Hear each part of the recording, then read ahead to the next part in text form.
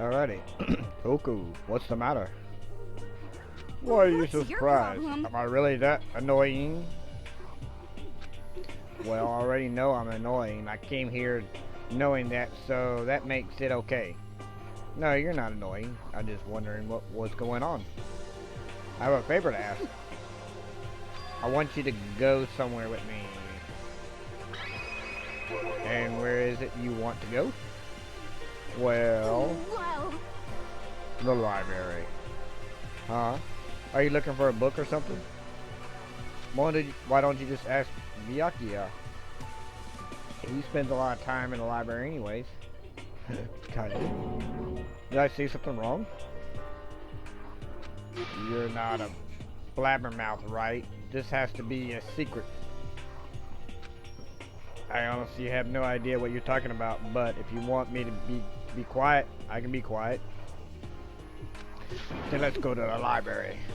Okay, I got it. The library. Jeez, why so pushy?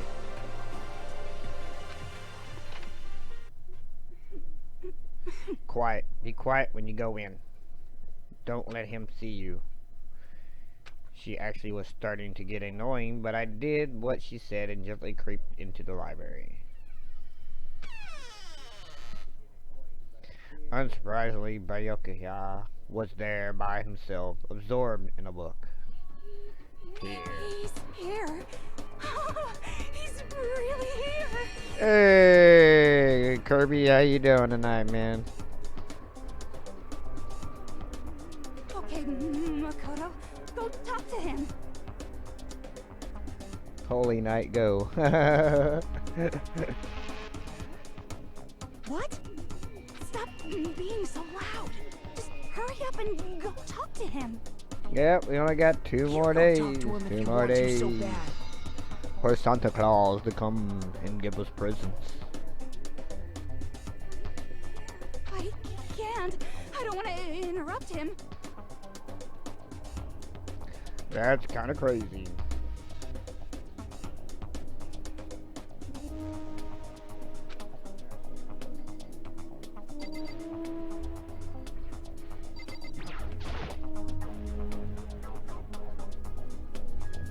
He seems to really be focused on that book. It doesn't seem like the best time to talk to him. Hey you, what are you doing back here? I hate even having to look at you. So you noticed me, huh? Of course, now hurry up and leave. And take her with you. Hey, Byakuya? Remember how you said, don't be a woman who dominates weak men? Be a woman dominated by a strong man? I never said that. Well, actually, I just thought it sounded like something you might say. Get out. And go take a bath, you smell. Don't make me say it again. Go now before your stitch latches onto the entire room. Okay.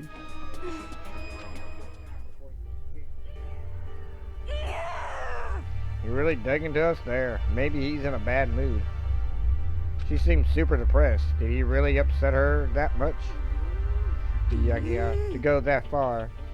He must be really concerned about me. Huh?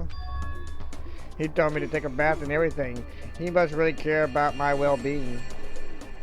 Hey Makoto, what do you think? Think about what? Do you think Byakuya and I would be a good together? Well, I don't really know. That's true. There's really no way to know. The distance between us doesn't change our love. Because as soon as you realize you're feeling, the love is born. And that's how love works. Okay. There might come a day when you understand. Maybe someday. Well, bye. Oh, young love. What? Who would ever guess she would go for someone like him? But eager passion can be scary. Sometimes that leads people off in the wrong direction. No. She's kind of crazy though, but I still like her. All of a sudden, I feel exhausted. Maybe I head back to my room for now.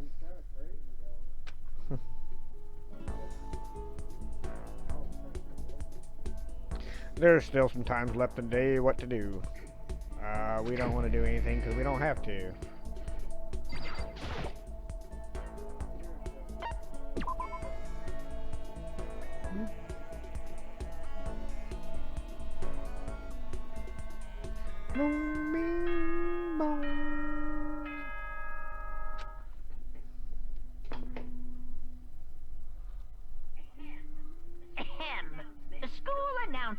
School announcement.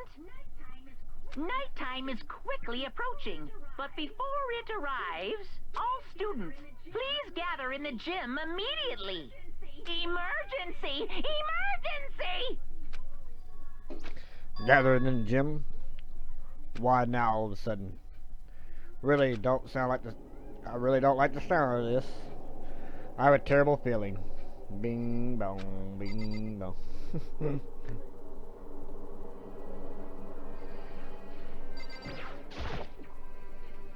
I don't know why I did that.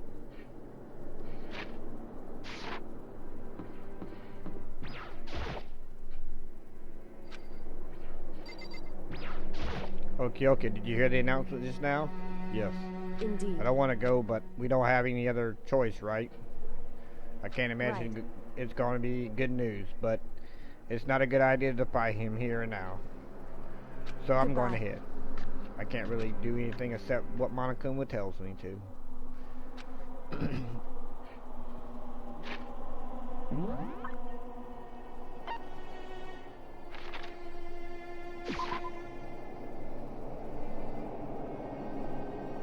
To the gym we go, running around and boogity boo, do do do do do do do do do. Hey, you feel me? How come you haven't gone in yet? What? Mister, yeah, don't scare me like that. Sorry, but do you really? We really should go inside. No, don't go. You can't go. That's what my ghost friend is telling me. I don't feel good about it either, but we can't just ignore this. Damn, that's true. I guess we have no choice. Suppose. I have to go too.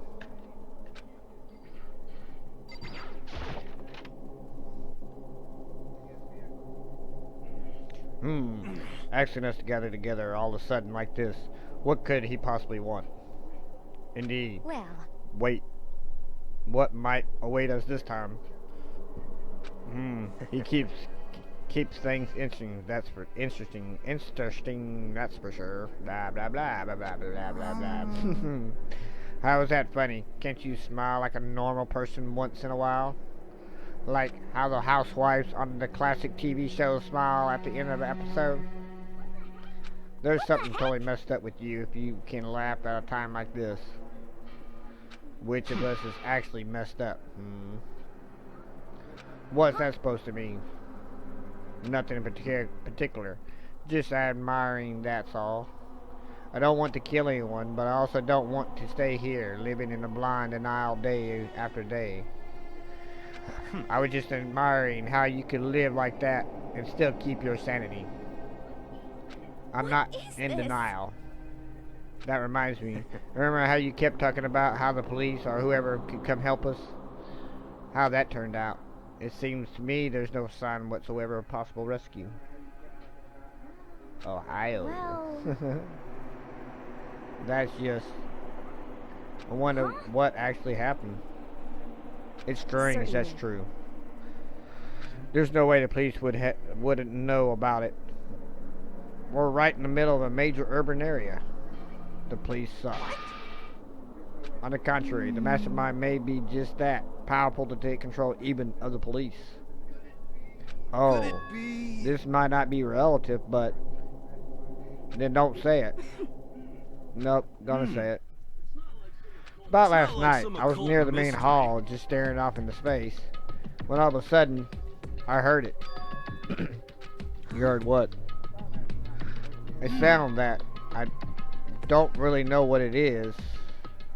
What kind of sound? Well, it's like I said, I don't really know. But if I had to describe it, it was like a construction site, I guess. A construction site. I mean, I could just be making things up. I only just barely heard anything. And you definitely made it up. Must have just been the sound of the ocean and that head of yours. Say what? What you talking about, Toku?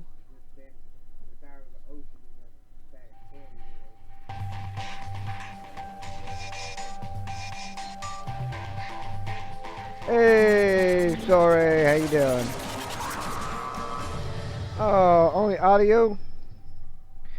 We just talked to Toku, and she like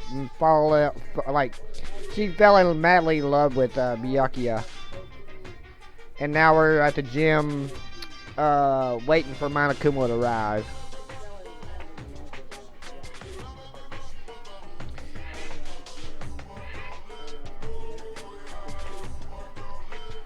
He arrived. What hero? Heard what that sound of wasn't the sound of construction, but could have been an explosion, huh? Or maybe a machine gun. That can kind of sound like a construction in a way. What are you talking about? Beyond this point, my mouth is zipped. My lips are sealed. I'm fully puckered. It's a secret, a little secret. Fine. And? Let's move on to what you can tell us. Why did you call us all here? You don't beat around the old bush, do you? Ready for me to get to the point, huh? But before that, you mind if I vent a little? I'm low on energy this day. My stitches even loosening all its shine and luster. I think it's probably because of this ho-hum, boring old everyday life. I'm looking for something with a little more stimulation, something rifled with dangers and intrigue. Yep.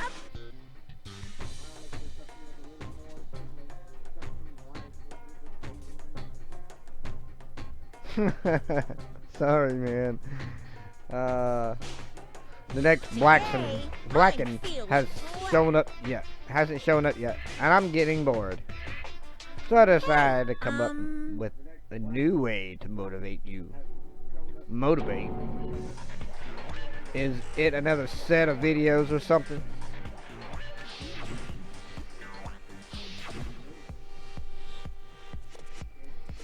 Are you going to show us something demented thing to try and drive us all to murder? Drive you to murder? What a mean thing to say. Just awful. I don't know what you're planning, but we're not going to kill each other anymore. No matter what you do, I swear to God, we won't. That's a very big talk. Do your very best to back it up, okay? Now then, with your permission, let me begin. So this time it's an embarrassing memories and secrets. As long as you're alive, it's a given that there are things you don't want other people to know about you. So I did a little investigation of my own and dug up some of your darkest secrets. And those embarrassing memories and secrets are all contained in the envelopes I have right here. No, Uni's not in the school. I'm going to hand them out now, so take a second to take a peek. Monokuma spoke. He tossed the envelopes at our feet. I quickly snatched the envelope with my name written on it. I nervously pulled out what was written inside. My entire body suddenly went rigid.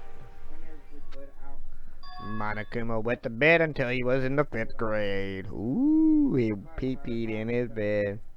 No, Gigi's not in it either. Makuta. I'm on my Makoda. What? How?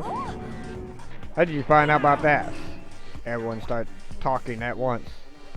You have 24 hours. If someone doesn't become the Blackened by then, all your deepest, darkest, most embarrassment secrets will be exposed to the world. Maybe I'll roll by a crowd intersection into a van and strapped with the loudspeakers and spill the beans. Wouldn't that be so embarrassing? So that's what you meant by motivated. Yep, you got it. They're all pretty unpleasant, trust me. None of you want me to reveal that stuff, right? It's definitely something I'd rather people not know, but we've never killed over something like that. What do you say? He's right. Your plan is doomed to fail. No one's gonna murder someone for this kind of thing. Oh no. Is it because, for better or worse, your memory is still a way to connecting to the outside world? I have stuff I wouldn't want anyone to know, no matter what, so I assume we all be the same. Which is why I put so much effort in preparing this next motive. Meaning you're saying you really won't kill each other over this stuff? That just sucks. Well, what can you do? Okay, then in 24 hours I expose all you secrets just to make myself feel a little better. So sad, so depressed, fare not well.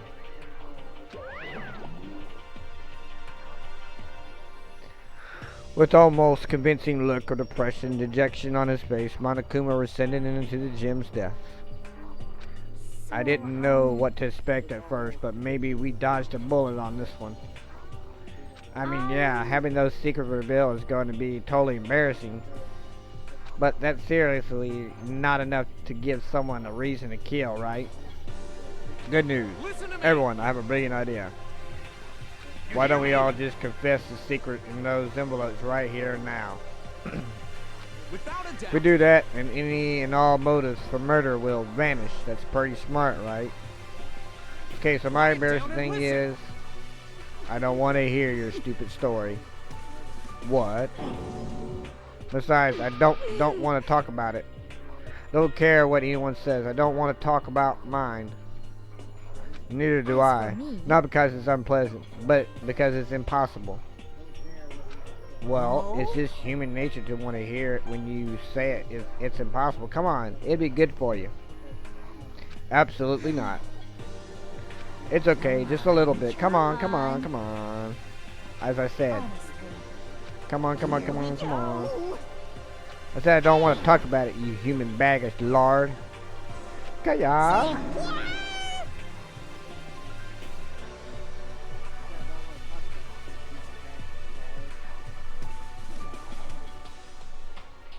Makoto.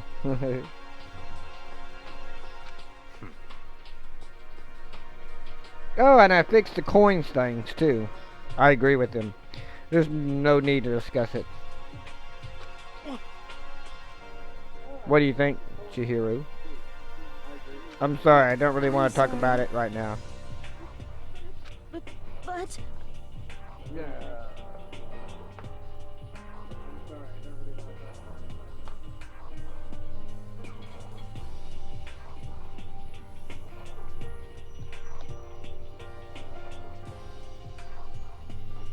Hey, anything? How you doing? But I also don't want to leave things the way they are, so maybe I can talk about it later. After I try my best to become stronger, then I can tell everyone. If you don't want to talk about it, you don't have to. I'm not super excited to talk about it either. If everyone's that much against it, even if my bro, the one that suggested, I gotta say no. Well then, well that's okay then.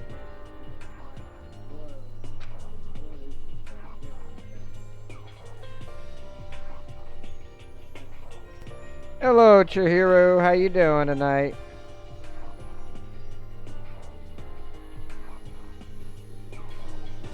How y'all doing tonight? How's everybody doing? Either way, it's just a few secrets. I'm sure nobody's about to kill anybody over it. I hope you're right.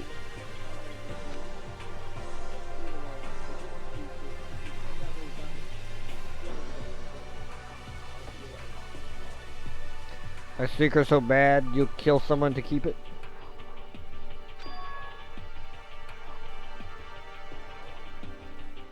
Nobody got something like that, right?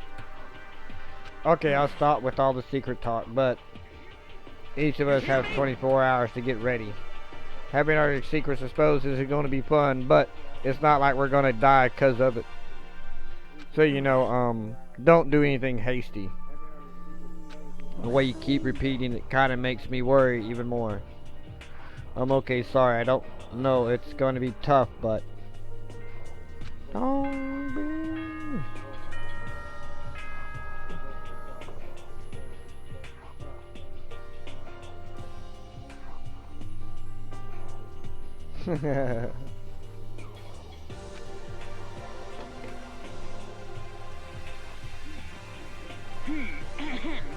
This is a school announcement. It is now 10 p.m.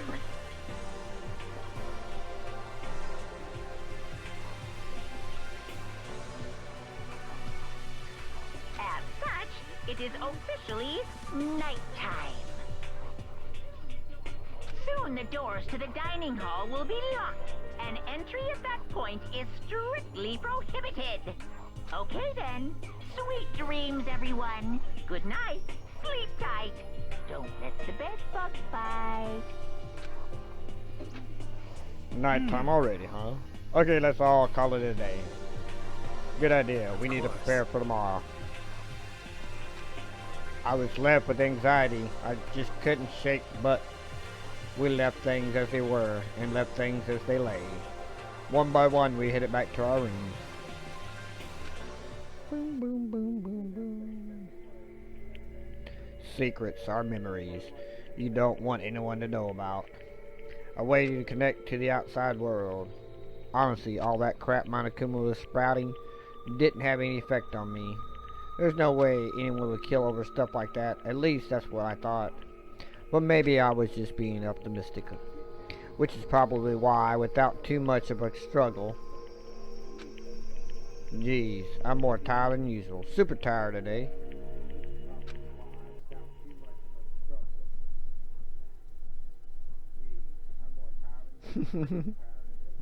I fell asleep.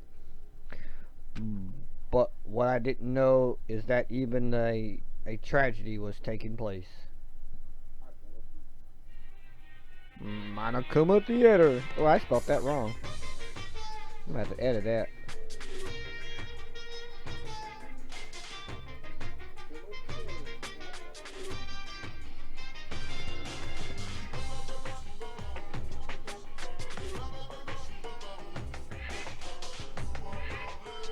There, we can correct that. Whoops, I still spelled it wrong.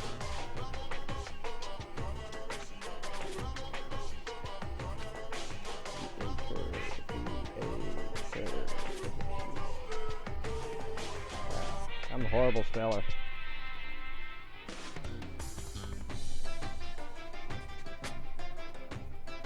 Yeah, I ain't got it.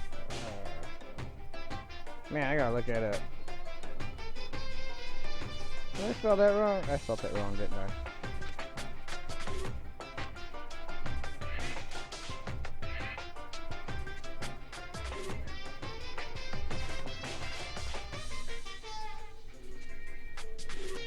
Or did I spell it wrong? Alright. Amazing. There are tons of people who don't understand the difference, and can you believe it? But there's a huge difference between oops and that's right. You know what I'm saying, right?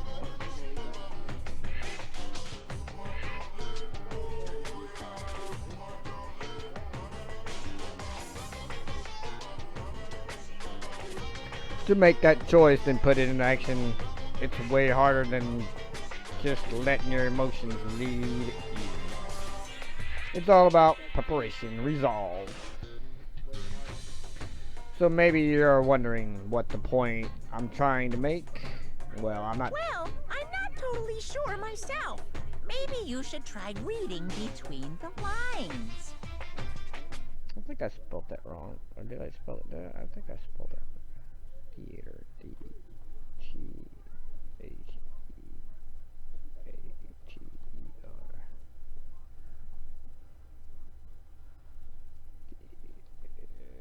hope that's right. Morning. Good. Good morning. Good morning! Wow. Oh. Nice reaction. I'm glad to see you didn't disappoint. What are you doing here? I wanted to spice things up, so instead of a school announcement, I decided to wake you up in person. Cheerios, Cheerios.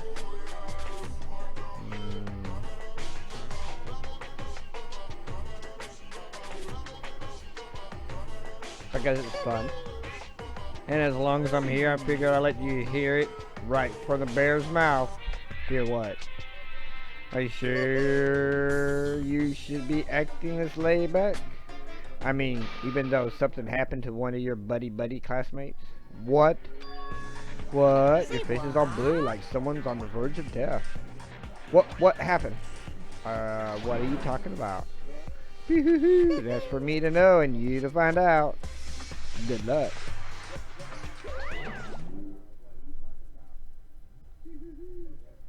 Something happened to someone?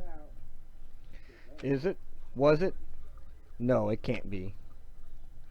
There's no way someone would. But what if? No, what if are pointless, especially now when the dining room. I need to get to the dining room hall.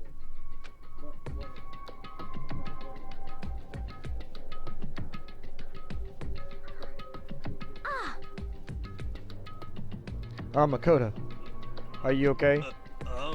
Did Makoto talk to you too? Here is Hina, Sakura, and Byakuya. Byakuya? You're the only ones here. Where's everyone else? Either they're already off trying to verify what Monokuma said, or they're fallen victims to something that Monokuma mentioned. There's something. It can't be. Has it happened again? Murder? After hearing what Monokuma had to say, the worst possibly forced its way into my mind. It took everything I had to drive that thought away. So if someone really did happen, does that mean someone did it because of what happened yesterday? It can't be. That stuff was just a bunch of old memories. Just old memories. Don't be so sure about that. Kelly or someone felt it was more important than that. Huh? To judge someone else's values based on your own outlook. Do you realize how dangerous that is? What the heck? Not gonna tell you.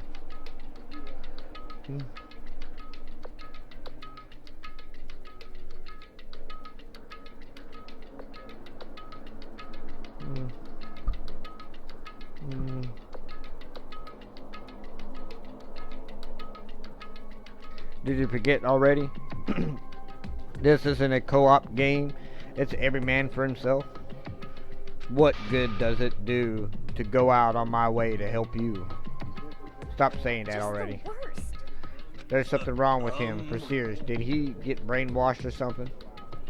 That's not important. What matters right now is that we find out what happened. She's right. Let's all split up and begin looking. The game is afoot. Boo boo boo. Tomorrow, I'm excited. I know where to go.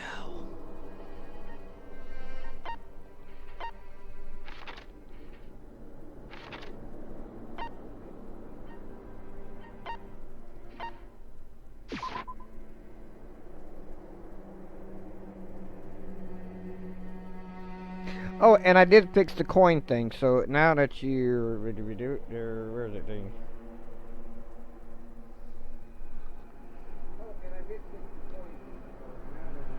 It should tell you how many coins you have.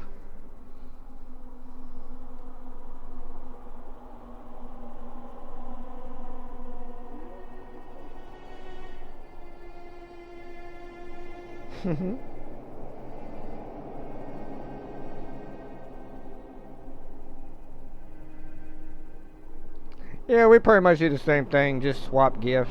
That's pretty much all we do. Maybe eat dinner.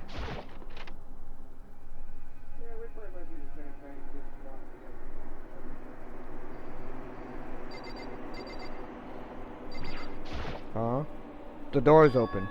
But aren't these supposed to be locked?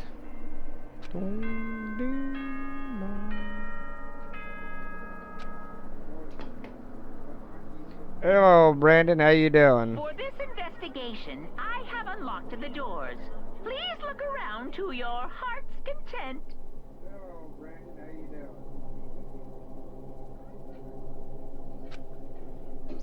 doing? Investigation?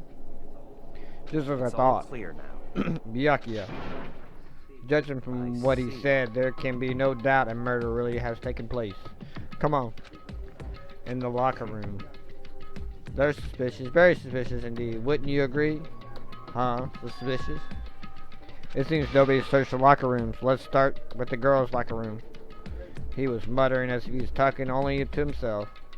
Without waiting for a reply, he pressed his hands against the door's locker room door. And the door swung open without a sound.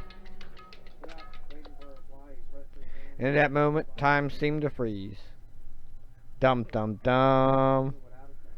Am I a redneck? Yeah.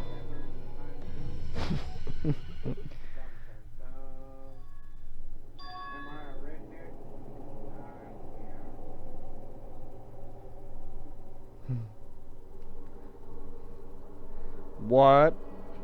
I don't know how long it took me to fully comprehend the reality of what I was looking at. But as soon as I did,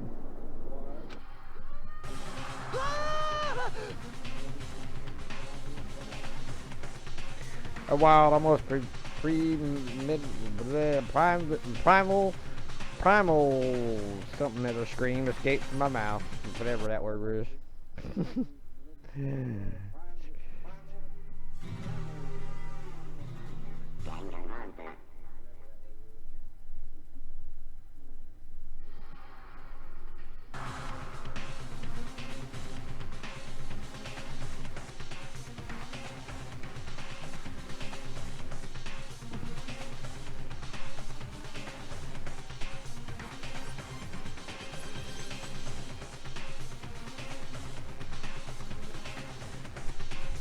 Christian, thanks for that follow. I appreciate that follow. I'm not quite how you say your first name, but I think I'm going to say Laureate. I believe that's how you say it, I'm assuming. Well,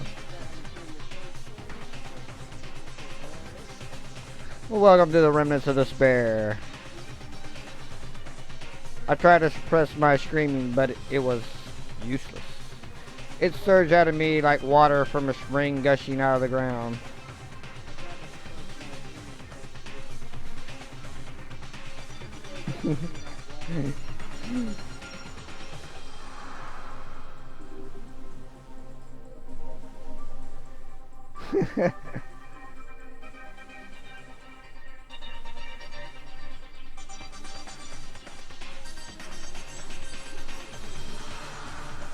Dude, you know what? I don't know what you're trying to do there, but, say bye-bye.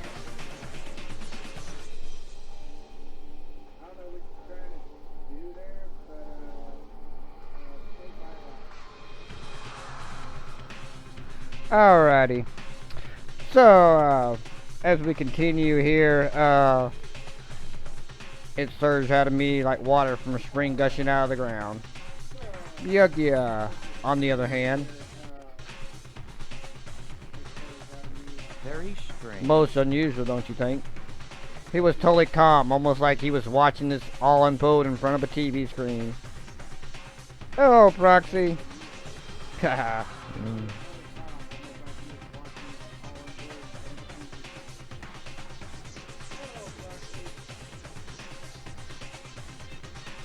Is Proxy here? Oh, okay. It was totally calm, almost like he was watching this all unfold in front of a TV screen. I see.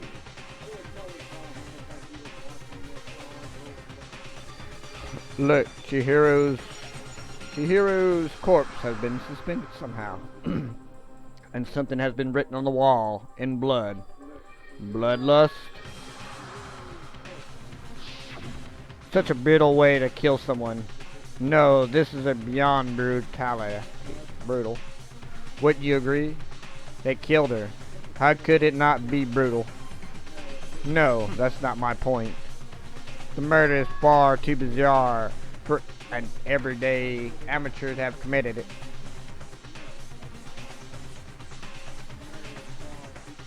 How did I do what?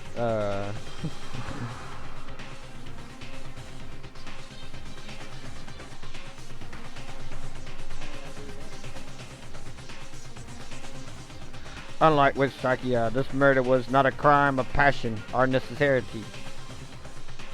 It's almost as whoever did this did it for the fun. You see what I mean, don't you? What? My head was swimming. I was still reeling too confused to understand what he was trying to say. And before I could even begin to clear my head, hey, I heard her screaming. Something. What's a hero? Ding dong, ding dong. Probably not. Hey, Kyoko. How you doing? He may, but he's at work, so he might do it on a break, his break or something. He may, but he's at work, so he might do it on a break, his break or something. They sneak up.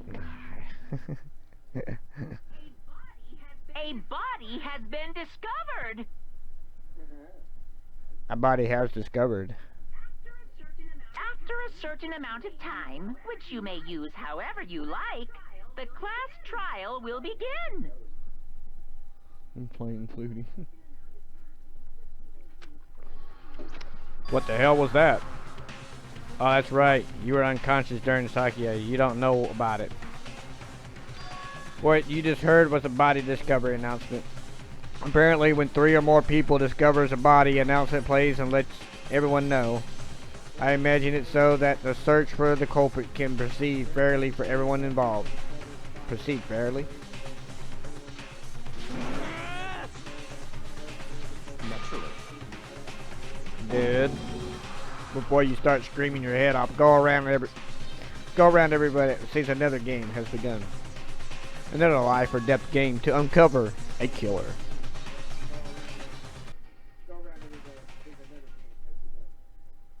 No, he's just really sick.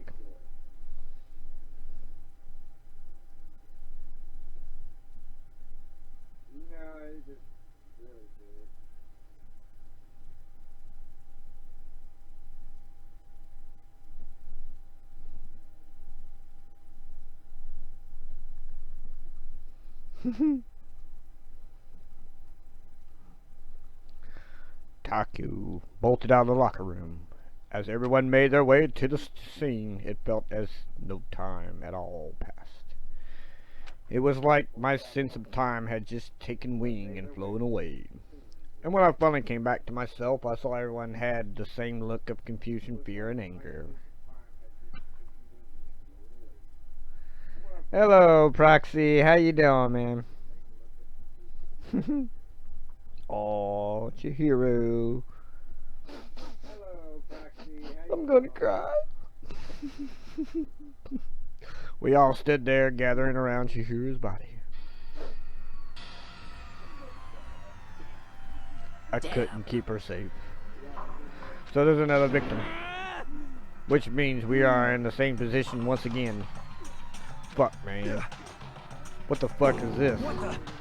It's a dream. This is a dream. It's all just a dream. In fact, I haven't even born yet. I don't have any memories of ever lived being alive. No. Shut up.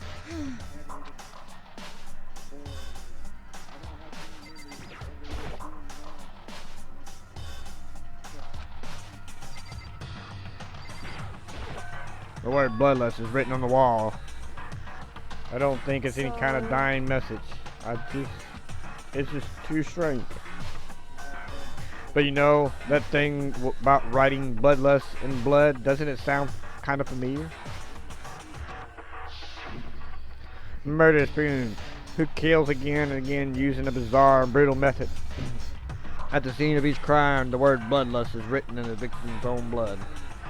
And they're like a ghost, attacking suddenly, then slipping away before the police can catch up to them. And what nickname did the internet give this mystery serial killer? Genocide Jack. Well, happy holidays to you. I will. I will make sure he's real far away from your body. Genocide Jack, the murderous being who grisly attacks were famous all across the country.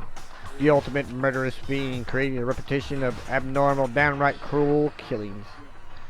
Then is this some copycat killer trying to imitate Genocide Jack style? But why would anyone do that? Perhaps it's the work of the real Genocide Jack. The real? Wait, are you saying Genocide Jack is here in this school? There's no way. But going so far as to writing bloodlust at the scene, I'm surprised at their stupidity. I can't imagine a worse situation dealing with a stupid murderer. What is it now? Toku. He was pointing towards the entrance to the girls' locker room. Toku. Toku was the last to arrive, and now she was just standing there. No, why? Why? Donk.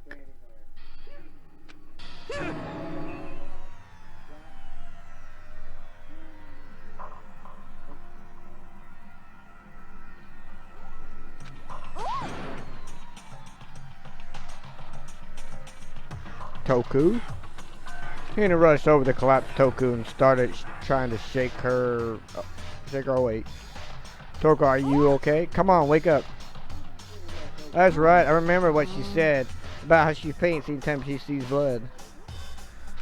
So she's a hemophiliac. I imagine she does not watch too many horror films then. This isn't a violation of the rules, right? I mean, technically she passed out somewhere besides her room. No, I think she should be okay. The regulations prohibit sleeping, like, on purpose. Oh, so since she didn't faint on purpose, it doesn't count. Gotcha. Toku, can you hear me? Hey, you gotta wake up. As if she heard her. Toku suddenly shot awoke. As if she literally jumped up from where she was laying. It was a very strange reaction. I was at total loss for words. She leaped straight up in the air and charged her stance as she did. In no time flat, she was just standing up, ignoring the physical contortion she had to go through. Her motions were totally haphazard. What? Sorry about that. I was so shocked, you know. It happened, right? Was I the only one? Toku, are you okay? I'm fine. Whoa, is that a dead body? Hey, are you dead? She must have hit her head really hard when she fainted.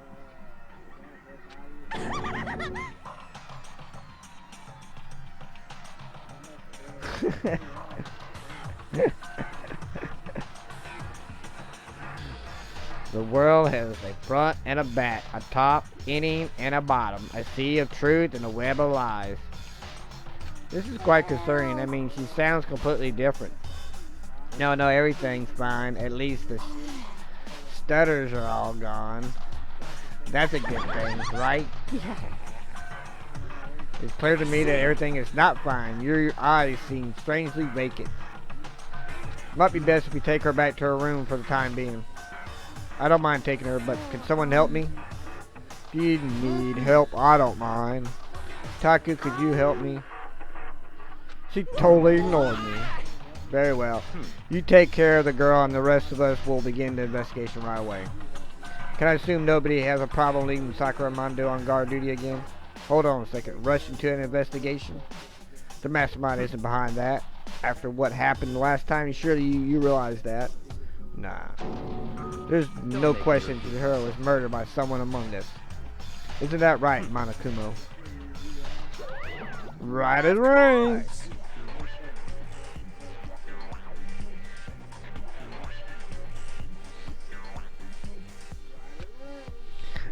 But don't take it as a bad thing. It's just a fact of life. Because that's how graduation works. And then it happened again. Is that what you're saying? That another one of us? Spoiler much? Kind of, sorry. Kinda is. A fellow classmate. What does that freak you out? You guys got no balls, you know that.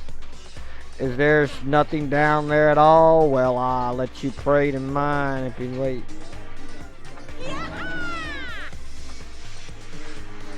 No, don't worry about it, it's alright. It happens, don't worry about it.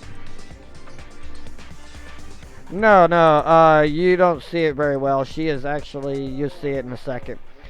Stop talking. Sorry. Come on back. I sure did, chum. Don't worry about it. The Monokuma file!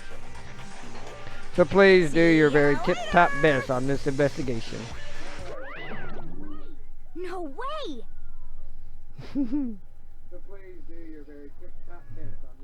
Do we really got an investigation?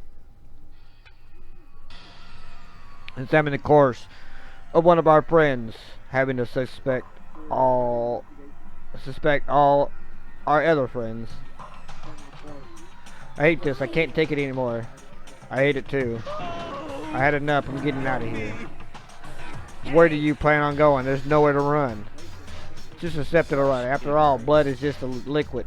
A dead body is a simple object. You're very enthusiastic about all this, are you not? How can I not be?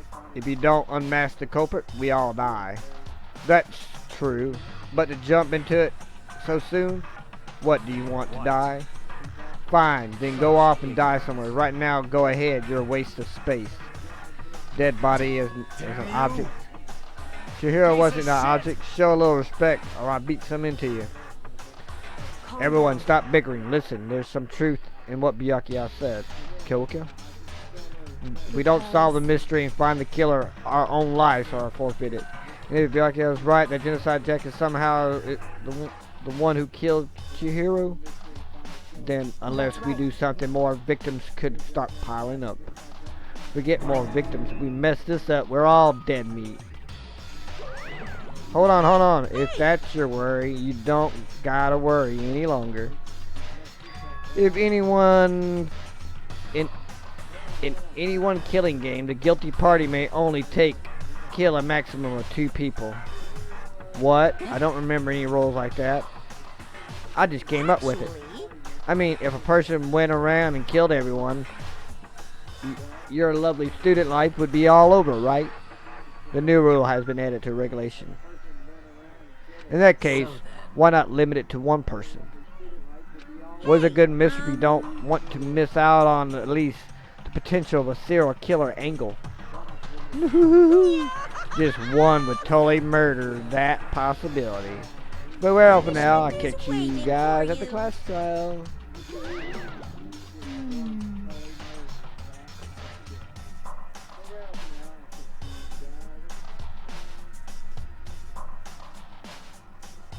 I can't say I understand his thinking, but if we can kill up to 2 people, then one more person's life still be in danger. Which is definitely not good. We need to uncover the culprit before something else happens. You need to shut the fuck up. Well, for now, Taka and me are going to drop Toku off at our room. Nice. I'm going to get dropped off. We have no time to stand around here. We must begin our investigation. Toot sweet. We do not solve the mystery of who killed Chihiro, then we will quickly follow her in the afterlife. That is true. I hate this, but if I want to survive, me and everyone else, we have to do it. We don't have any other choice.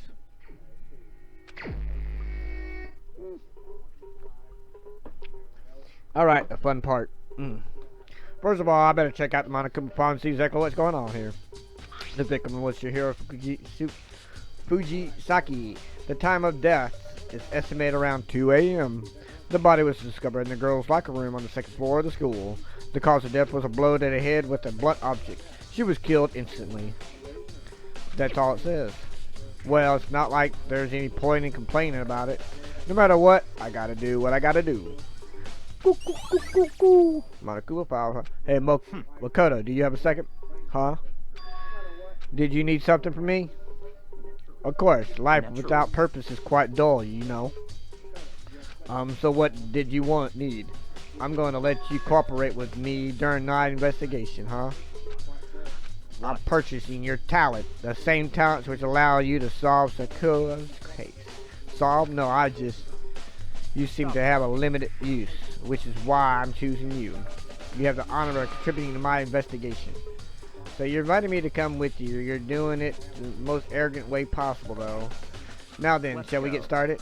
But we need to be getting moving. There's no time to be standing around. I don't really know what's going on, but it looks like I'll be working with Miyake on this one.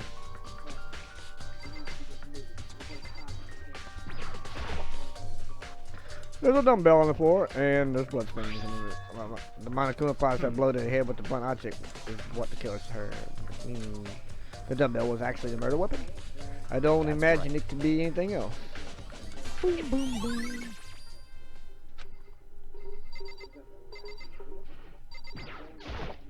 There's a fresh blood stain on the carpet. It must have been splattered on blood during the murder.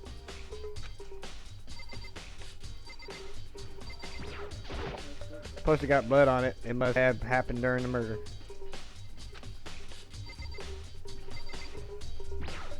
I can feel life draining out of my body. It's a dead body. Chihiro's dead body. Well, alright, it's all it seems this must be just his handiwork. Well, but we're still not sure he did it. Is that what you want to say? I wonder about that.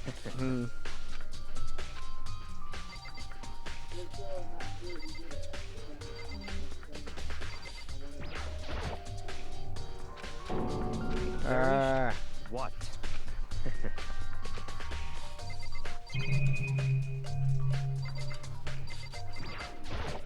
You used to block all the time. Now it's become the side of Chihiro's death.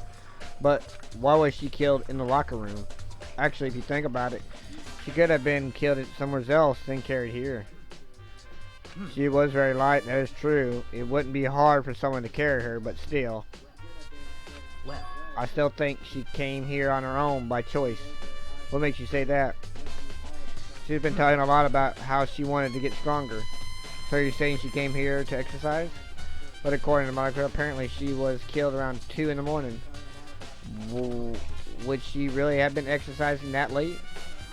Hannah and myself are usually in the locker room during the day, so she was probably avoiding it then. Avoiding it? Although we invited her to join us more than once, she never showed up. So I can only assume she was trying to avoid us, and instead she came to exercise in the middle of the night. Perhaps, but it's difficult for me to imagine she would have come alone. She did want it to start exercising, but she specifically mentioned she couldn't do it by herself. She needed support from others.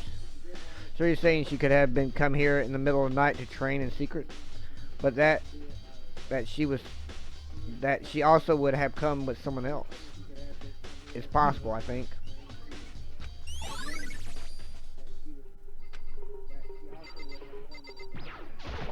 Dude had a real complex about being weak. You heard Chihiro talk about it, right? All I needed to get stronger. Yeah, I do remember she was that more than once. She sure did, which I guess explains the trip down here. But she did really need to get stronger that badly. You already mentioned it. She was a girl. After all, most girls aren't all that strong. I don't know, man. Haven't really thought about that stuff. The case of Chihiro's complex. I couldn't help but wondering what it might be. Now I believe it's about time for us to move on. Huh? Already? No clues won't magically appear by staying around here. We need to go check every aspect of this case. That's true, but if you're satisfied, let's hurry up and proceed. So pushy, I came in the wrong person this time.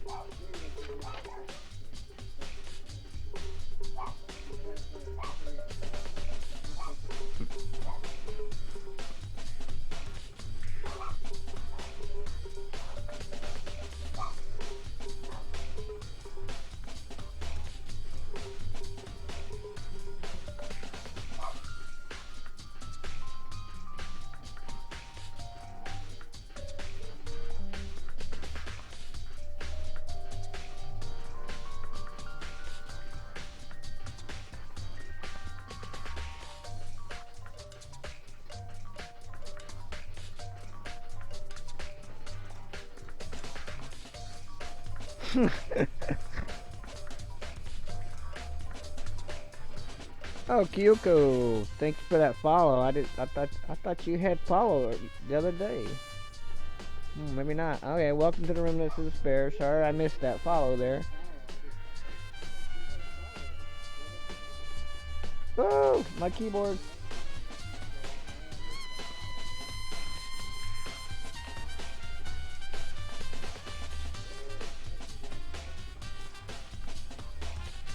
So, this is our next location. This place is relative to the investigation.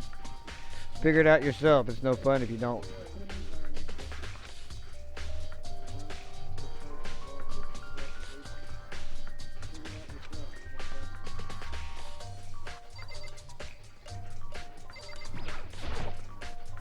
If I remember right, this is car radio meant to work with our handbooks, right? You have an issue with it, so you decided to take it up with Monokuma? He said that, then quickly, sharply clapped his hands together. Did you call for me? He has been domesticated.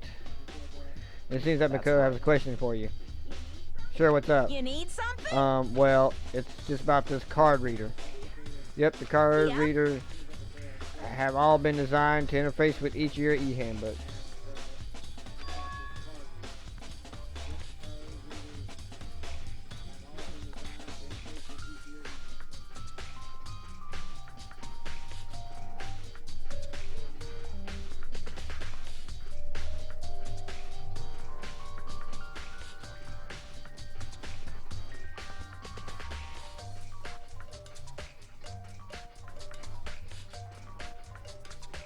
Oh, don't worry about it, Ray. You're cool. You can enter the locker room corresponding to the gender list in your individual handbook. Is it impossible for two people in a row to go through while the door is unlocked, correct? If there were some sort of exotic terrorism on the prowl, this silly mounted Gatling gun would initiate a Swiss cheese slaughter. And the school regulation prohibits anyone from lending someone else's their handbooks, correct? Correctly correct. So then, that means only girls can go in the girls' locker room, and only boys can go in the boys' locker room. In other words, your hero's body being found in the girls' locker room means, hey Mako, I can see right through you.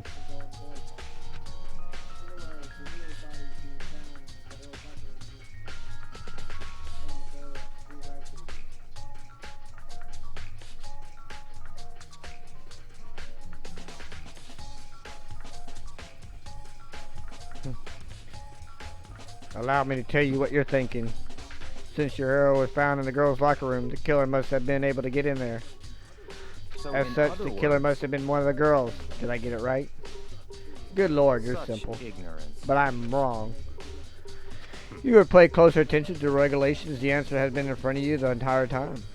Loaning your e-handbook to another student is strictly prohibited. And the act of loaning the handbook is prohibited. Borrowing someone else's is perfectly fine. I would expect no less from the prodigy son of a noble Tagami family. So you managed to sniff out the loophole in the regulation. Knowing you, I would bet you created on purpose, didn't you? To add a little more excitement to things.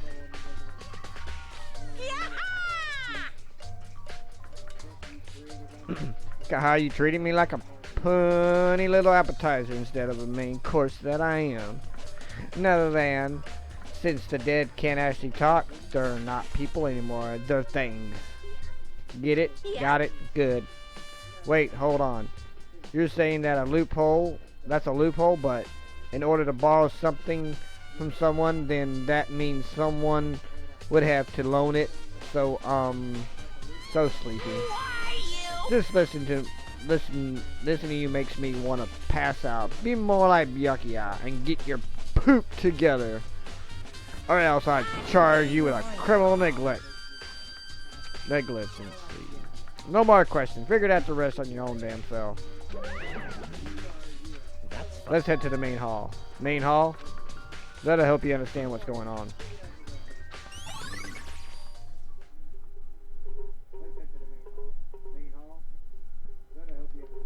Need spoiler counseling.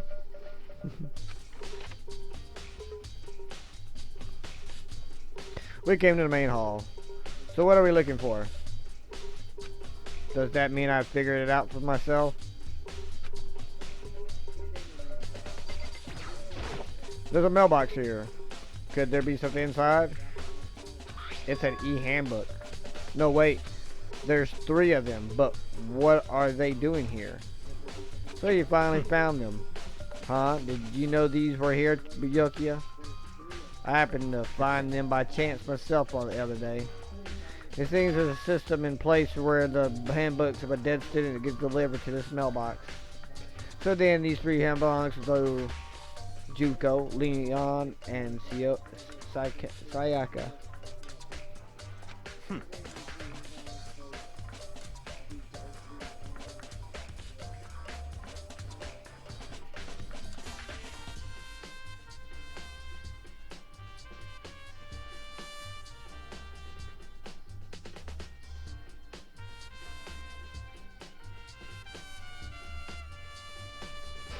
You see my Hyperdimension Neptunia DVD animation set, huh?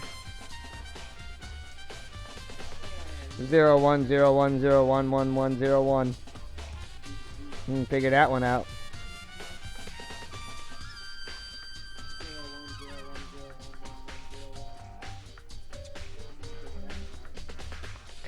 You can go ahead and confirm it yourself. I immediately turn on the handbooks, and when I did,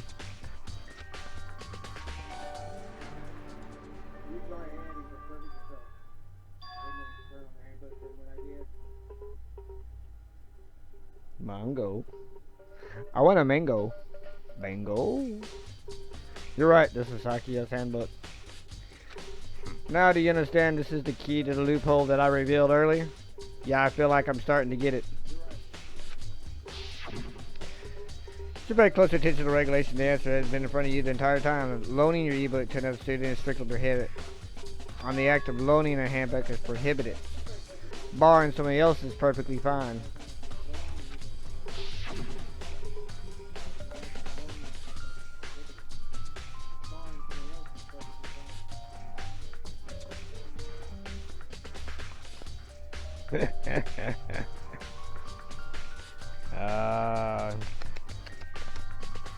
I see. Yeah, I understand. Main hall e-handbooks have been added to the trainer. Hold on a second. What? What's wrong? That's strange. Very One of these strange. handbooks won't turn on. It's broken. Whose is it? The other handbook shows Junko's name when I started up. And the other one won't turn on, but must be Leon's, right? Would make sense, yes. After all, he did get pummeled with a dozen and dozens of baseball. Pummeled with baseballs.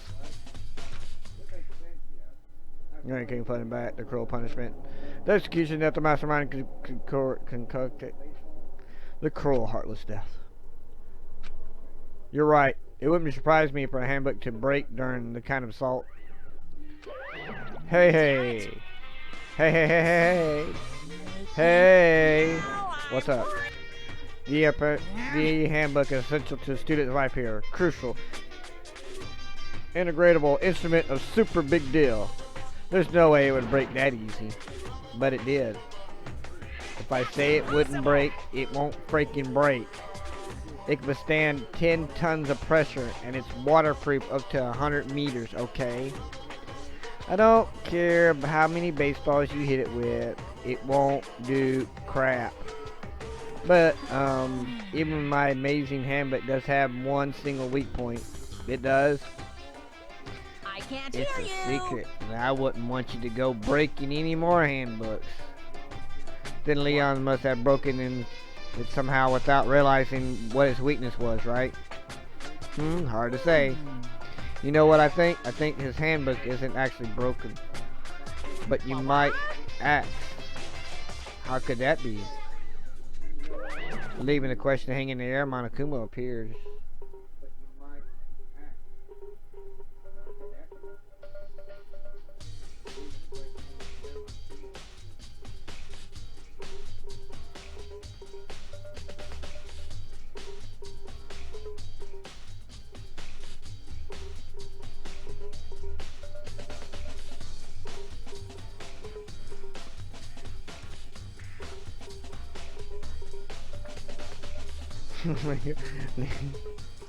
Just what happened. Y'all guys are crazy.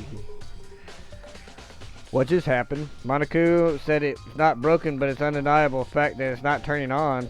Well, I don't see any connection to the case, so it doesn't matter for now. You think so? Either way, something about it still bothers me. Broken, you handbook has been. Okay then, this should be enough to get things rolling. Let our investigation in earnest track down the true culprit. Yeah, we need to find out who killed Chihiro.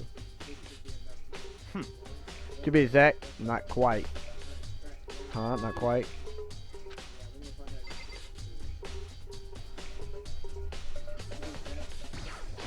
What do you mean by that, Miyoki? To be exact, not quite. Certainly I want to reveal Chihiro, but more precisely, I want to discover the true identity of Genocide Jack. Then you really think, you truly believe Genocide Jack is the one that killed her, Chihiro? Absolutely. Don't make me repeat I have no myself. doubt that Genocide Jack is the culprit in this case.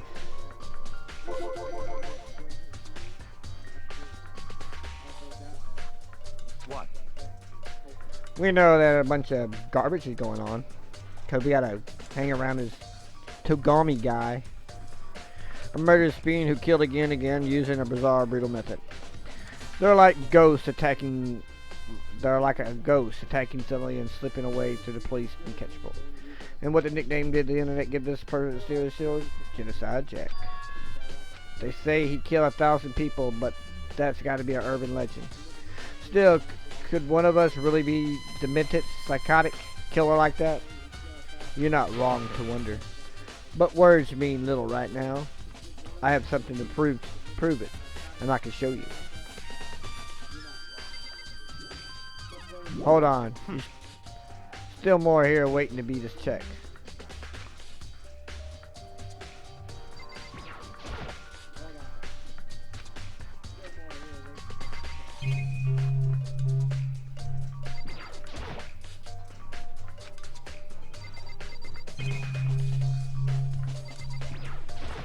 What do you mean?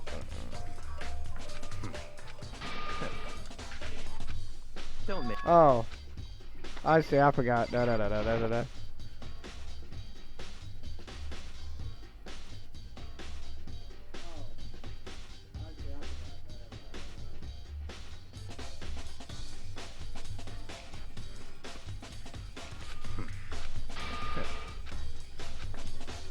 Don't make me repeat myself. Is there really proof? There's somewhere I like to take you. This will provide all the evidence you need. Evidence that Genocide Jack is the one that killed Chihiro. Evidence doesn't sound like that. Ah, hey you two. Big trouble, need your help. We're busy, leave I us don't have alone. time to play with you. Cause, I mean...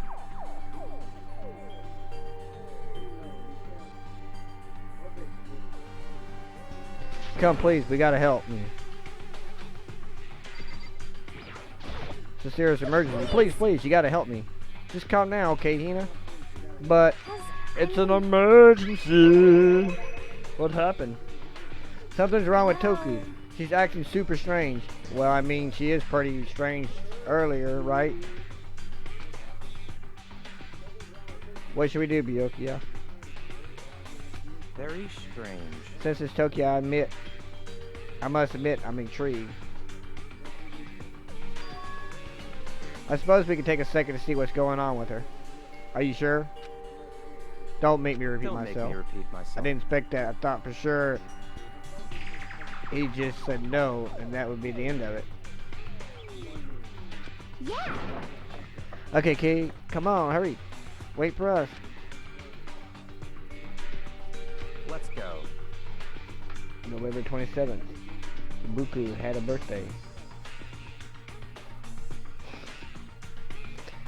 It looks like she's headed to the dorm, to Toko's room, most likely. You're right.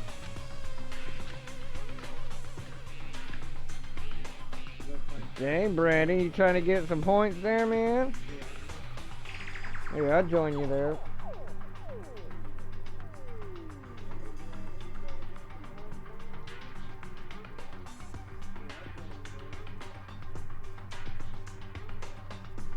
I can't do more in points than you have.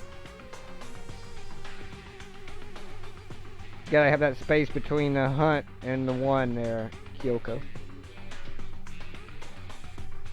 Hunt, space, then the amount.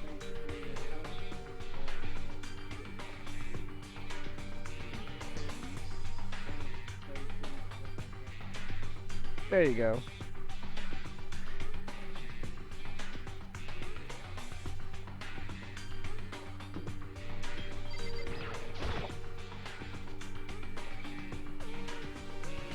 Toko inside? What's some kind of emergency?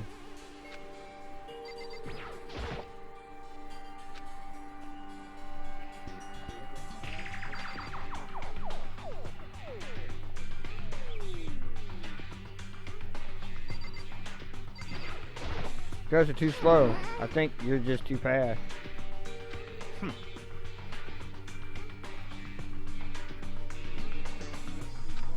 So,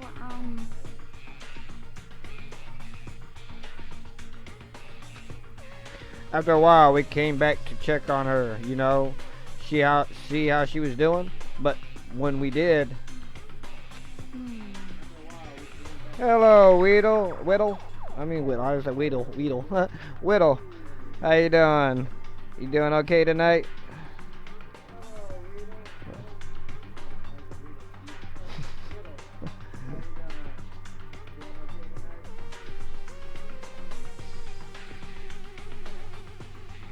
I gotta fix that.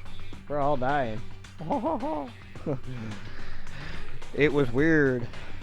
She refused to come out and she kept saying all this weird stuff.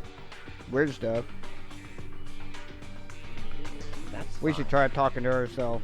Yeah, good idea. I may as well give it a shot. Ding dong.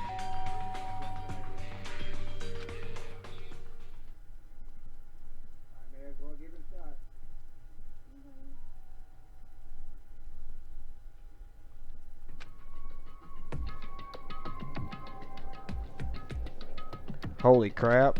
An aura of negativity flowed out of behind the door, forcing a gasp out of me. What? What? Nothing. It's just that Hannah was really worried about you. It's Holding just that yourself up Hina in was your room. really worried about you. Oh. leave me alone. Yeah, sure thing. But could you open up just for a second? Won't allow it. Huh? I won't let Genocide Jack have control. And just like that, she slammed the door in my face. What was that? She's been acting like that the whole time when I had ringed a little while ago.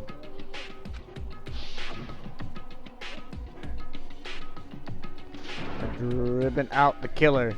Drive it out of the murderous fiend. Doesn't make any sense, right? I was afraid to leave her in there alone, so I tried to bust down the door. But I felt like something was holding it shut on the other side. I couldn't even budge it. Tuka was squared enough to even bar her door. Does she think the same thing as Byakuya?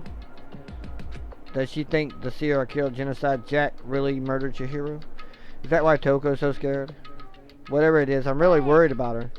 Is there anyone who might be able to persuade her?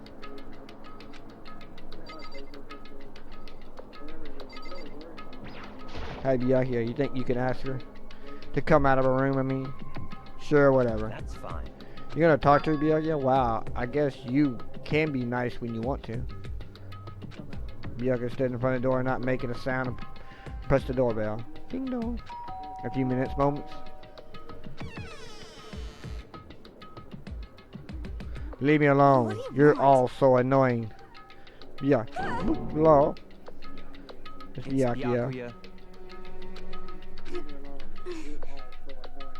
I'm sorry, I couldn't keep our promise. But don't worry, never again. I won't let Genocide Jack have control ever again. And with that, the door slammed shut.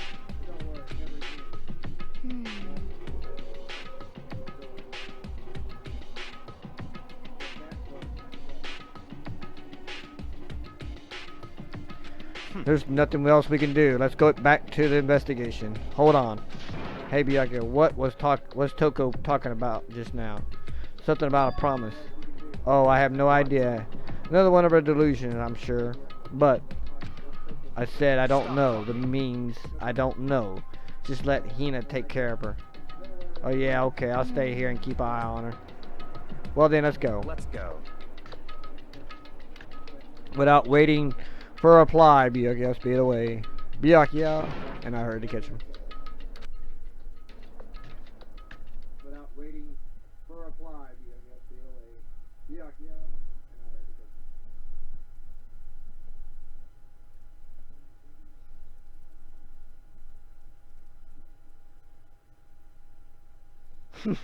him. Become neutral. No, we making bot talk.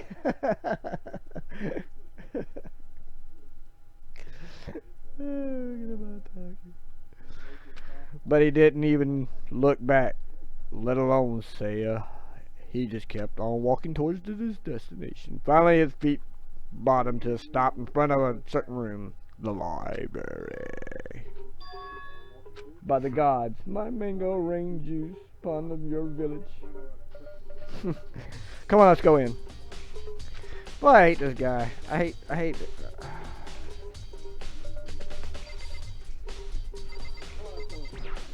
There's no clues here. We need to check elsewhere. I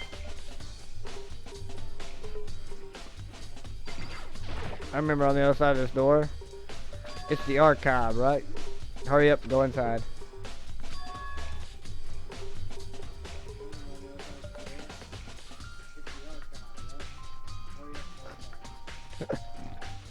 Oh, here.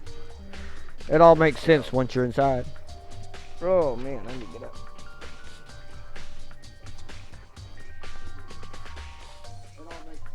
Whoa, so many books and files. So much dust too. I'd say there's enough value in this place to endure the dust.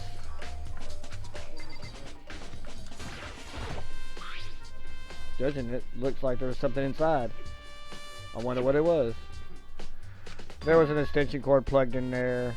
It proved very useful while I was in the library. Extension cord, huh?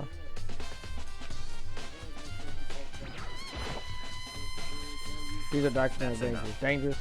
Very detailed of the scenes control from the behind the scenes dangerous truth for a commoner. You mean like members of the diet or something? I mean the ones with real power, the secret council controlling everything from the shadows. If you're ready to disappear for it, take a look. There are some very interesting people in there.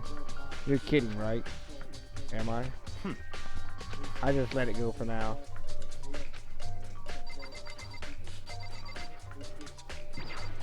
You pay attention to your surroundings, you're sure to discover the value for yourself.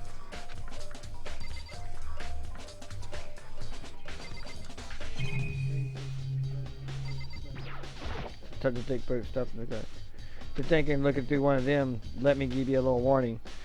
Those things are filed with graphics, disturbing photos of all kinds of crime scenes. It's the kind of thing any normal wouldn't ever want to look at. Be careful. What do you mean? All those files, there are investigative reports related to a different cold case. The internal documents for police eyes only, and they're not the kind of things you expect to leak. Oh.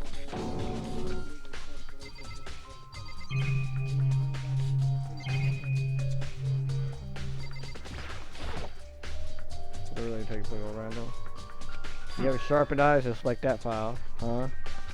That's a report of presidential assassinations. The original is kept at the National Library. It won't be declassified for another 30 years. Are you sure you want to look at it now?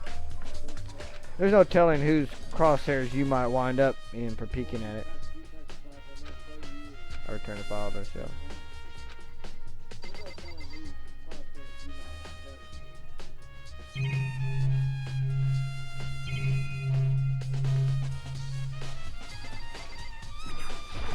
Desk lamp.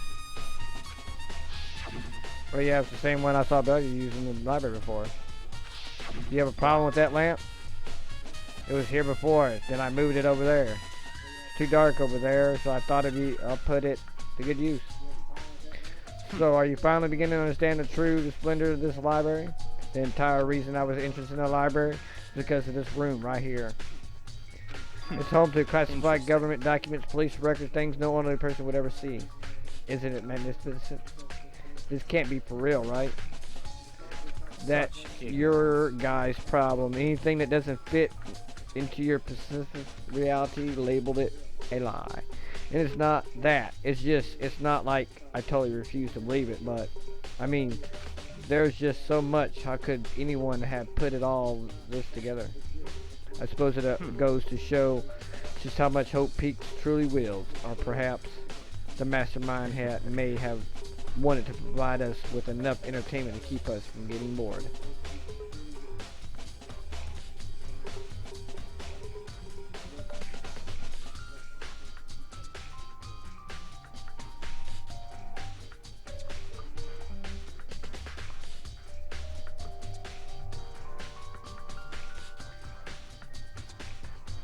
Tell the mongrel. No use. I can't keep up with all this. I just too unreal. What's wrong? You still can't believe it? What about you? How can you believe it so easily? Things like that are unusually impossible. What do you mean unusually? Usual, normal, ordinary, simple. Those things don't exist anywhere in the real world. If you don't understand what they actually represent, you don't understand the nature of anything. You don't pull your punches, do you? Besides, what you consider unusual is based on your common sense, right? What makes you think your own common sense applies to me at all? The documents gathered are genuine. I have reviewed them multiple times, so there's no doubt. Hold on a second. You're saying you've read all these documents and more than once? But all this has to be top secret, confidential stuff, right? So why? My family here has a reading room just like this at our home. Ours is bigger, of course, and not as dusty. Huh? Members of the Congress family has access to any variety of government-related documents.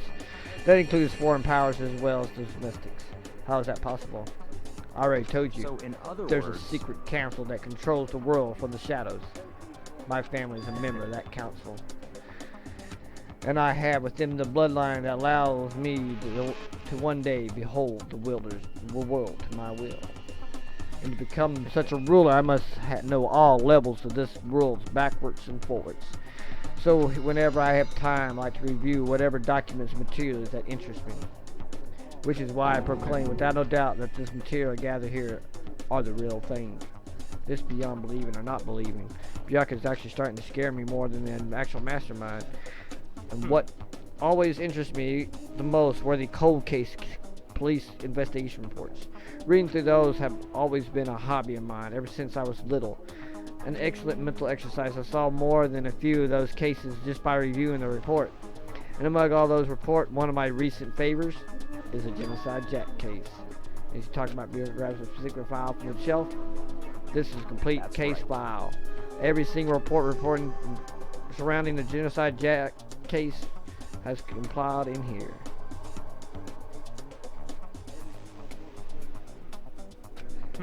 Because there are so many, allow me to quickly summarize the main point. To begin, there are two notable characteristics of every Genocide Jack murder. The first characteristic is that every crime scene, the word bloodlust is written in the victim's own blood. And the second is when the victims are murdered, their bodies are suspended in a certain way. Bloodlust when the victim's body is suspended. That's exactly what happened with Chihiro. Save your surprise. The best part is yet to come. The second character where the victims are suspended. The only one who knows about the particular facts were members of the police and other higher ups. By all accounts, nobody in the media ever found out. Huh? In other words, no one on the news, no one online, nobody knew about the aspects of each crime. Only key officials and the killer himself knew about this act of mounting the victims. Now, if you recall Chihiro's corpse, her body was most certainly mounted in this fashion. So how could the killer have known about suspending the victim? That's the key question. Right. In fact, the answer is quite simple. The culprit isn't a copycat killer, it's the real Genocide Jack. God. That's right. There is the evidence that Genocide Jack has hidden himself among the rest of us. And Genocide Jack really is such a beautiful finished killer. Really is walking among... Things are really starting to get interesting, aren't they? I never imagined a killer with such a reputation would ever become part of our little game. Now, don't you think it would be good for you to take a look at what I've already seen? You might just manage to ferret out a clue or two. If you get down on your knees and beg, I might even show you myself.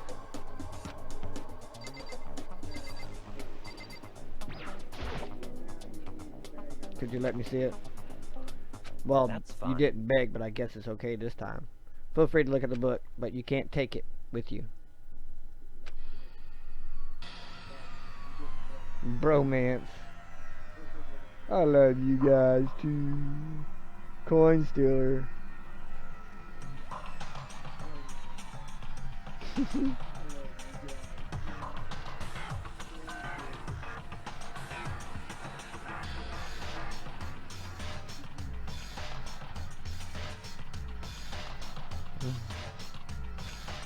Sorry, my hand stopped. I had to reach the page where photos of the scenes of the crimes had all been collected. The names of Genocide Jack victims ran on several pages. Kenhara 32, blah blah blah blah, Honda 17, Gaku 23, Izu 14, Tasaki-sha 30, some other, blah blah blah blah blah blah. But the thing became perfectly clear as I read it. All the killers, countless victims were killed and suspended in the exact same way. In the scene, the murder words, bloodlust was left in the victim's own blood. Now take a look at the next page and you'll find another interesting tidbit. The next page.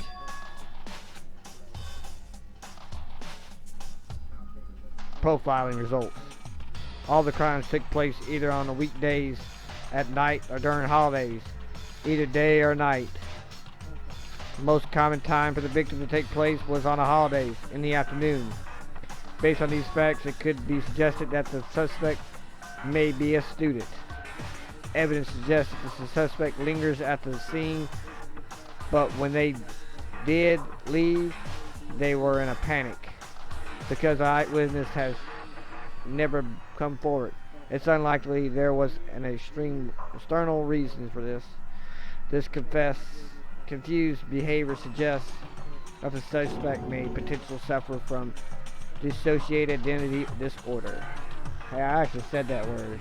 So in other words, the key here is that the subject may have a split personality. A split personality, like kind of thing you see on a TVC. So I'm part of another totally unbelievable story. But this one is way more unbelievable than anything else up to now. Or maybe it really isn't. I don't know. I feel like my mind has gone numb.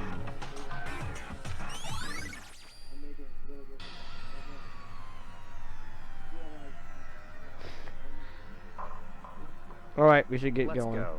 Where we're going? Anywhere's but here. We're finish our business here. Wait, oh wait, but yeah. As usual, I turn left another. I've heard. Well, this is where we part our ways. I have some things I need to take care of before the class trial. Huh? Just all of a sudden like that? Come on, enough of your annoying misappropriation. Did you really think we'll be together for the whole time? Take responsibility for yourself. Bye bye. Well, goodbye. Bye. Like that. Okay, Genocide Jack. Bye bye bye. It's one of us. Bye bye bye. Oops, I'm ready too fast. Sorry guys. We're trying to skip this part so I can get to the better part. Girls' locker room. I should check the boys' locker room too. The others might be coming with some information I might be using while I'm at it. I need to find everything I can. Alright, so map.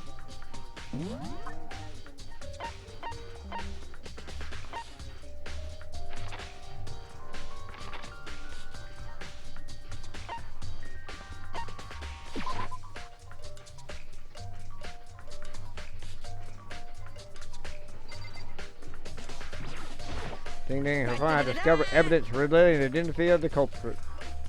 Another stat increase for me. Evidence? What did you find? I cannot reveal that to you yet.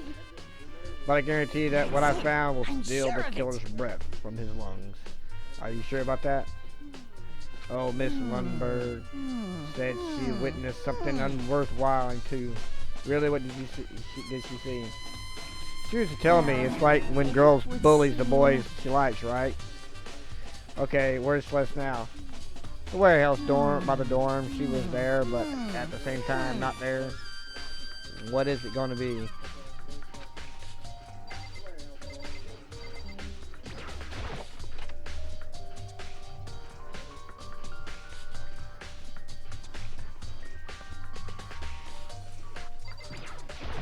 There's a strange stain on the carpet.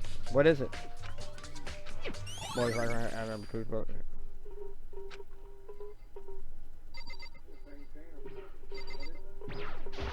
This poster. A popular boy band called Tornado. Somehow them white seemed to fit in the boys' room locker room.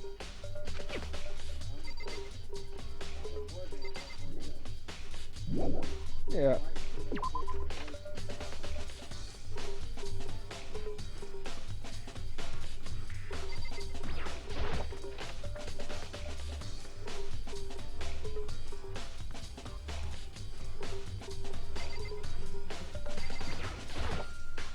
Here was especially weak. Her body. Oh. No forgiveness. I can't forgive this.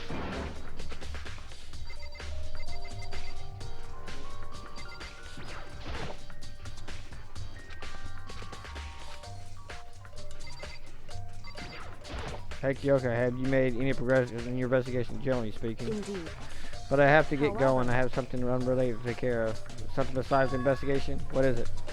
Nothing you need to worry about. Just concentrating on this murder. But before I go, let me give you one piece of advice. You should examine Chihira's body one more time thoroughly. And her handbook is missing. You might want to determine its whereabouts. That's it. I'm praying for your success. You turn in the locker room.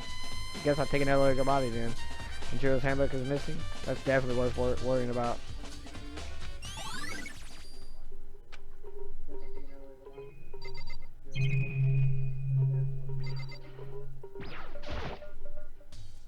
I know she said thoroughly, but I don't have my limits. Well, I better give it a shot. Let's see. Another band with something that looks like a rope. Pop their crucifix, huh? This rope has a plug. Wait, so then this isn't a rope at all. More interesting, the more the thing is not only concerns me. Hit or head, blow the head, which means someone struck her in the head in order to kill her. That's right. There's the issue of her being suspended and the fatal blow. At first, I don't see any reason to think too much about it earlier. But seeing them again, looking through the subject, something's not quite right. What does this all mean? Well, this most likely thing tied up all these mysterious rope. There was like a certain place I need to revisit. Figure out there's a certain place I need to revisit, look over again, and plus the genocide get carried one more time.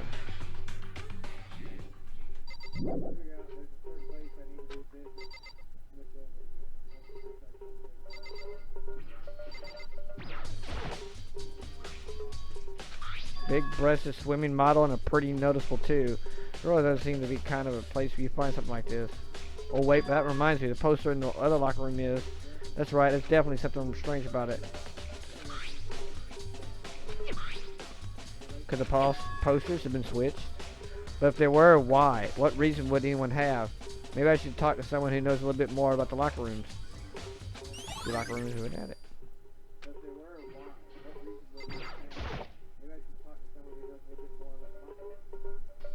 You can't have it. You spent a lot of time exercising in the girls' room, right? You use it nearly every day since it opened up, and sometimes Hina and I use it together. Okay, Dink, let me ask you something. Do you think the poster in the boys' and girls' room could have been switched? So I can't really say. I never really paid any attention to the posters. I see.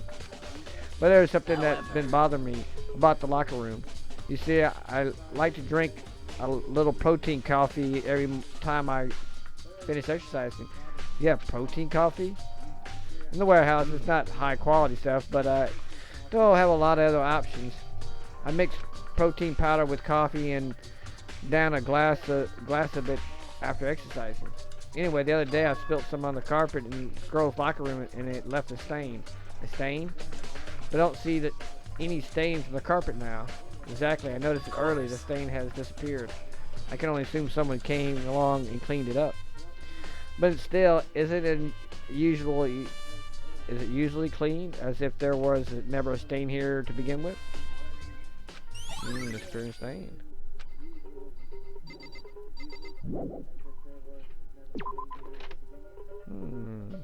Things are I am Groot. I'm Groot. I am Groot.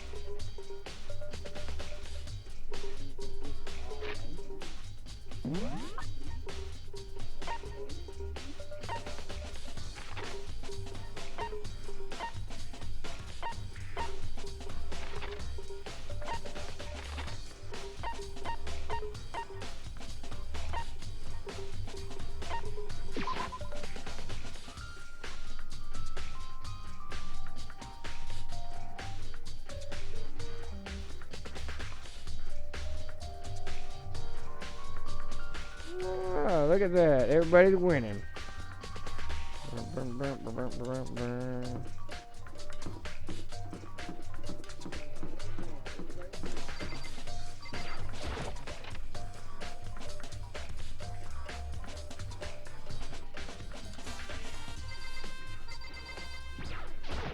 Dick does it. And maybe there's some kind of clue here. Guess not.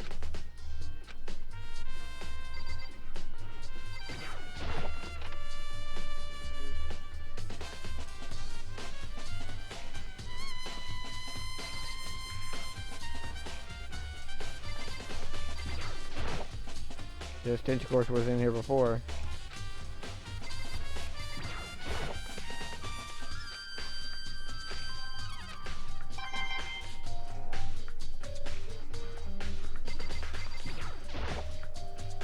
I don't know. It was around here somewhere. It's gone. Did someone take care of that?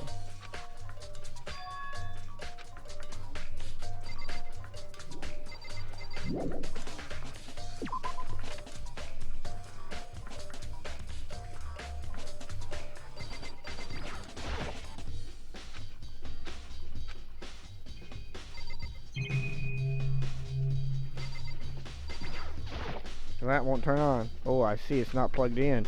The link cord isn't long enough to reach the outlet from here. But last time I saw it, it was definitely on, and it was definitely right here. Oh, that's right, Derek. It was using an extension cord. But there are no extension cords here now. I wonder if...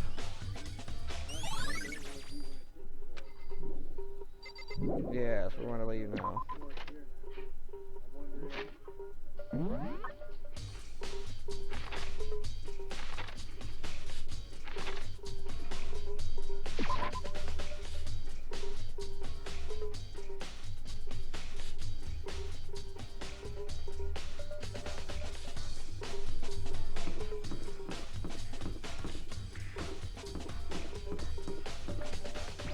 Not lucky per Yoda joke. Oh, what am I doing? Oh.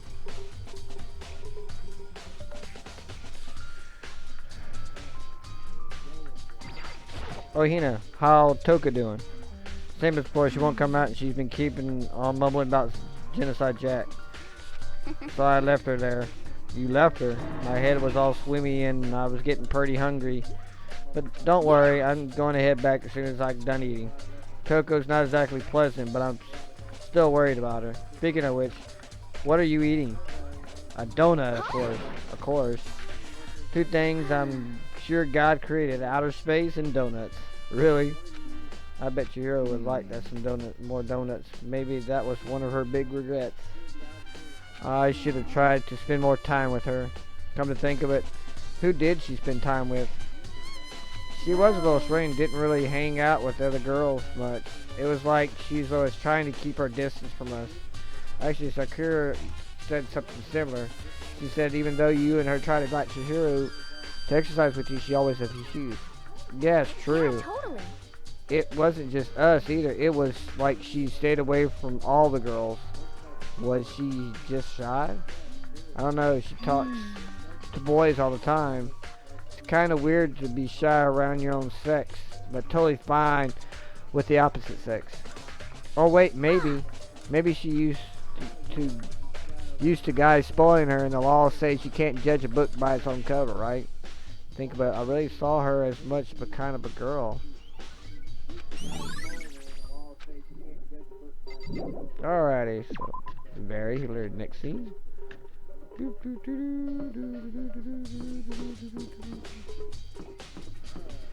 Where are we going now? Bing boom, bing boom. Celeste, what are you doing here? This warehouse is amazing. It has absolutely everything one might need to live a full life. The food, the clothing, the towels, there's endless supplies to choose from. I see that, but have you found anything related to the place?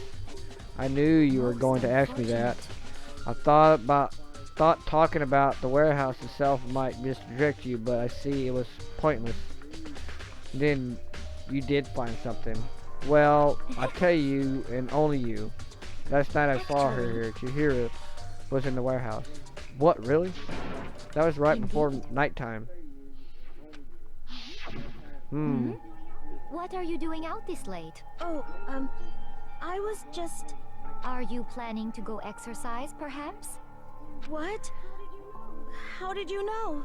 Because I can see a blue track jacket sticking out of that duffel bag you're carrying. Oh, you're right. Thanks. Well, I'd better get going. I'm kind of in a hurry. She stuffed the jacket on into her bag, and in a hurry, it was almost like she was trying to hide it. And just like that, she was gone. I assumed she was merely stocking up to go exercise in the morning, but it would appear she ignored the nighttime rule and headed directly to the girls' locker room. If she hadn't broken our rule, none of this would have happened. You get what you deserve, I suppose. So apparently, she went to the girls' locker room late at night in order to exercise without anyone knowing. But the strange thing is, there was no trace of a track jacket or duffel bag Celeste said she saw Chihiro carrying, which means the killer would have gotten rid of it somehow. Ding bong.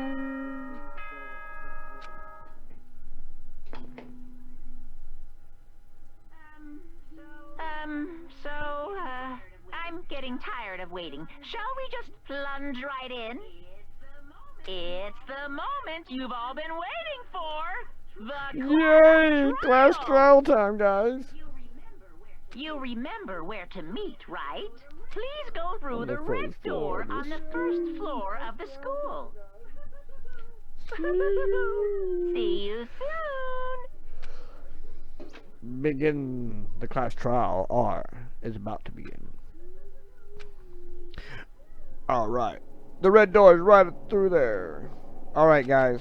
We're going to take a few minute break here and do some stuffy stuff, and I'll be right back.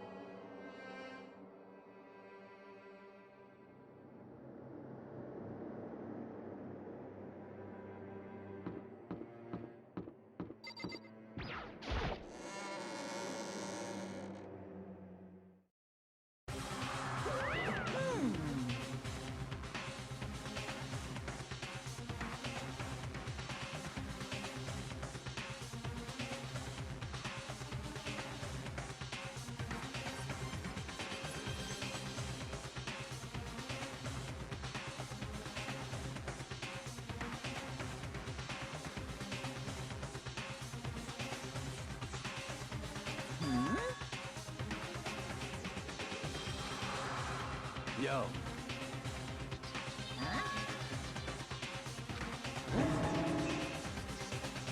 Come on!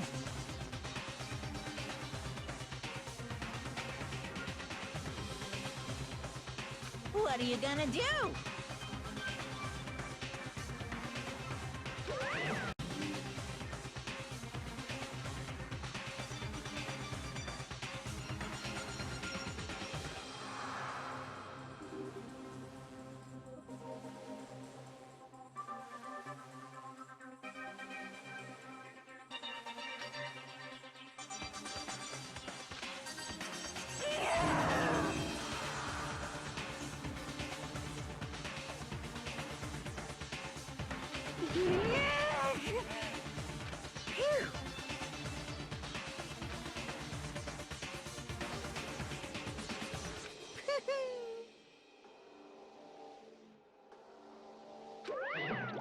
Let's go.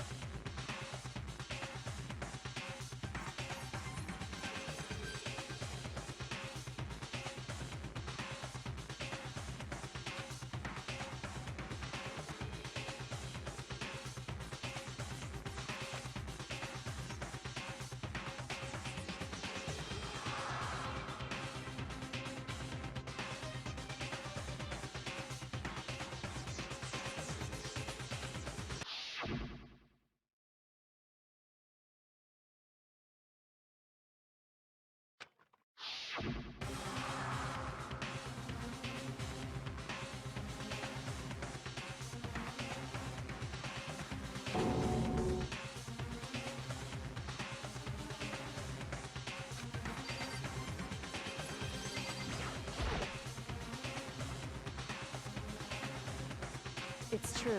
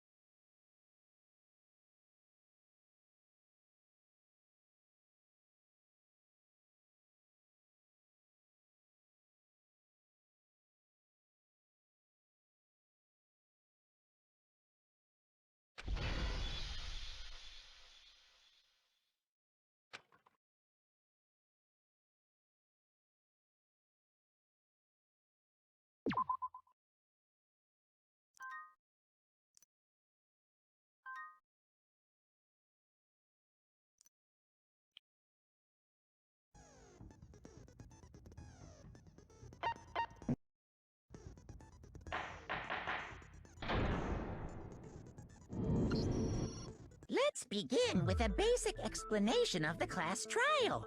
So, your votes will determine the results. If you can figure out who done it, then only they will receive punishment. But if you pick the wrong one, then I'll punish everyone besides the blackened, and the one that deceived everyone else will graduate. Okay, then. So, first off, let's talk about the murder weapon!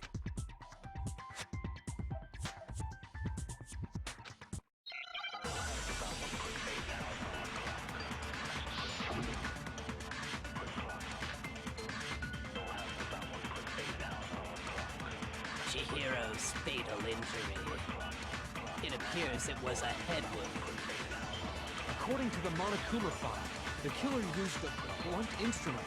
But what kind of blunt instrument could it have been? Shoot! Chihiro's fatal injury. It appears it was according to the Monokuma file. What kind of blunt Instrument? I bet it was an Iron pipe. Interesting. It certainly would make Chihiro. Chihiro's fate. It appears it was according to the Monokuma file. What kind of Blunt instrument? I bet it was an Iron pipe. Interesting. It certainly would make Chihiro. Chihiro's fatal injury. It appears it was according to the Monokuma file. What kind of Blunt instrument could it have been? I bet it was an iron pipe. No, that's wrong.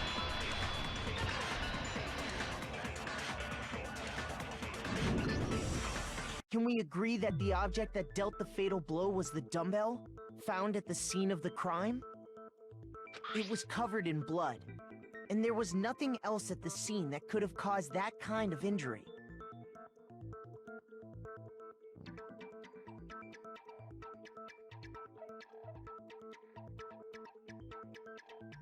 And the wound on the victim's head is consistent with the shape of the dumbbell. As far as I'm concerned, there's no mistake and no room for doubt on this one. You looked at her head wound?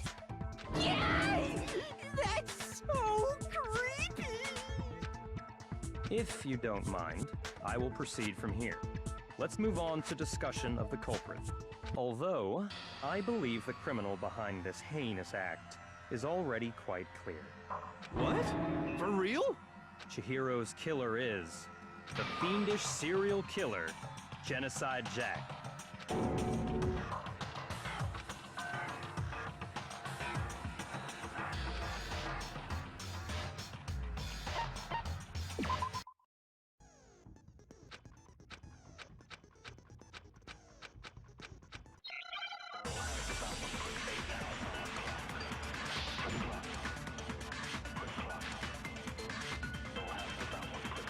The culprit is Genocide Jack. I'm sure of it. Case closed, as far as I'm concerned. But that's impossible. Why? What makes it impossible? Well, I mean, come on.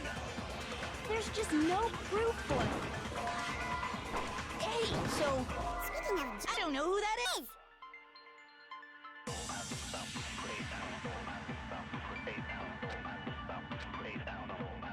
The culprit is Genocide. Side Jack. Case closed.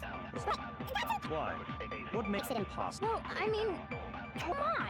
There's just no proof for it. No, that's wrong.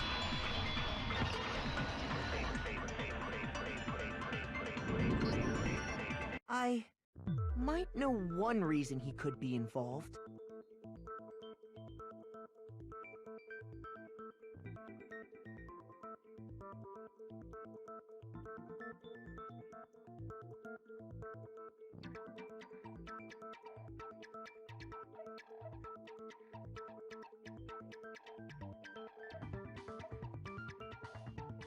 What? I found this file while I was looking around the archive in the library. I guess it's some kind of confidential file the police put together about the Genocide Jack case. What?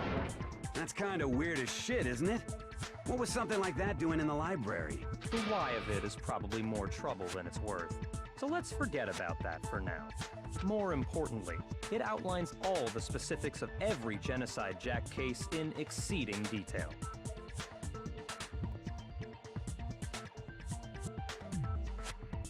According to the file, there appear to be two defining characteristics in every Genocide Jack case. The first is that a bloody message is found written at the scene of every murder. Oh, that's right. Boob lust. No. It's actually bloodlust. But more important is the other characteristic, and it's something that has never been made public. Never made public? What the hell is it? Why don't you tell them, Makoto?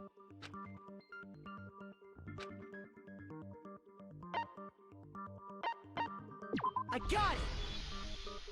Apparently, in every Genocide Jack case, the killer suspends the body in a certain way.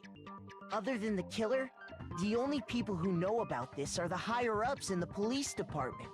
However, Chihiro was most definitely suspended in the same way.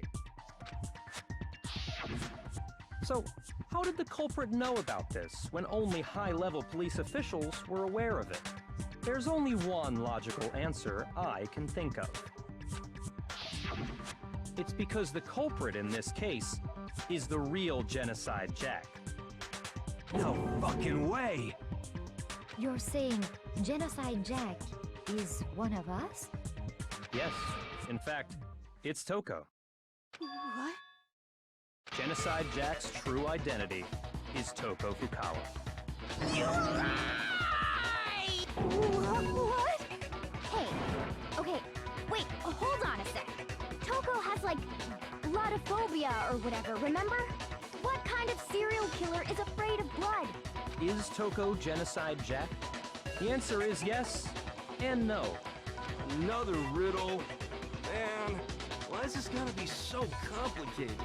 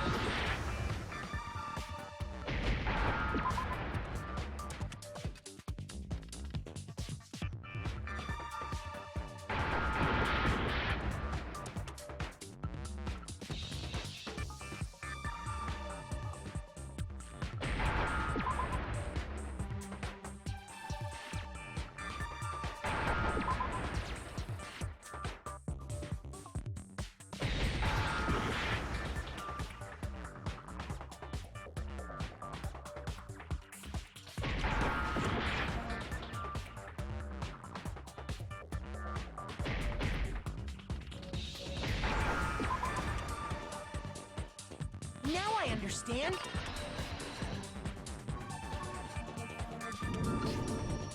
Is it because Genocide Jack has a split personality?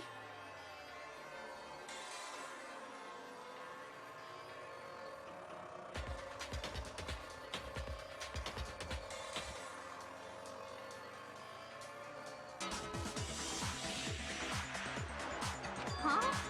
I think I read that somewhere in the file, too.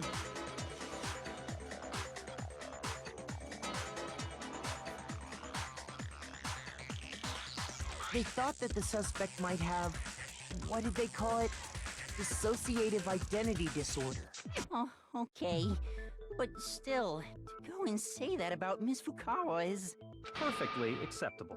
Toko's strange behavior after seeing the body is proof enough that she has a split personality.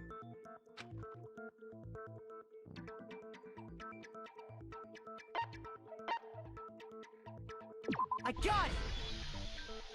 You're talking about how she started acting totally different than usual, right? That's right. Think back. She fainted when she saw Chihiro's corpse, and then, when she woke up...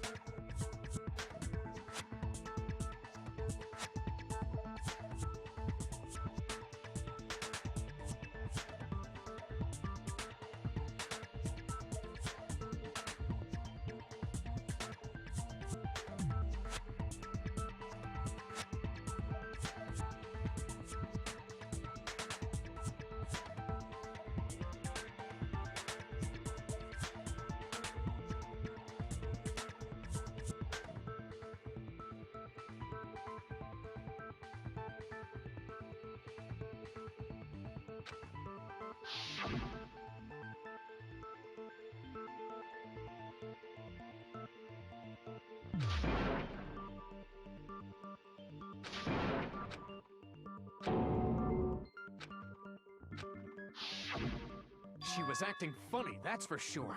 That melancholy tone of hers completely disappeared. Don't go assigning adjectives to my tone without permission. Not to mention, once she regained consciousness and saw Chihiro's body again, she was utterly calm. In other words, within her is one personality that can't handle blood, and one that obviously can.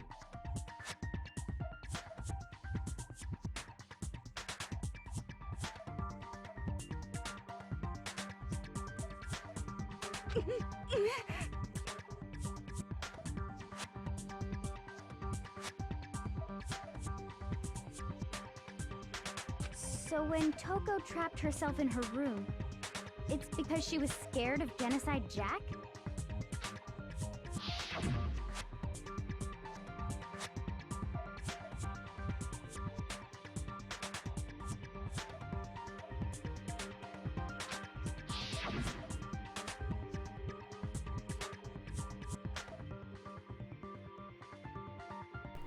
No! I've been talking to myself all this time. That's probably why she's thinking the audio is messed up. Because my mic has been turned off. That's probably why she's thinking the audio is messed up. Because my mic has been turned off. I thought I clicked it back on, but I didn't. Holy cow. Hello, Willow. Oh my god. Oh. Holy cow. Hello, Willow. Whittle. My mic went bad. Oh my god. Oh. Whittle. Derper. Yeah, because I even did this. I said, look what I got. I got Danganronpa. Oh, it's not even showing up. Wait a minute. What's going on here? Danganronpa anime. Woo.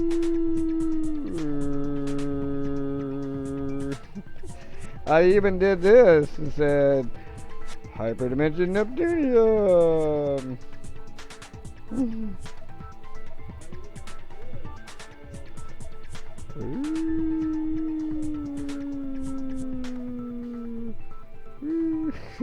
Derpa.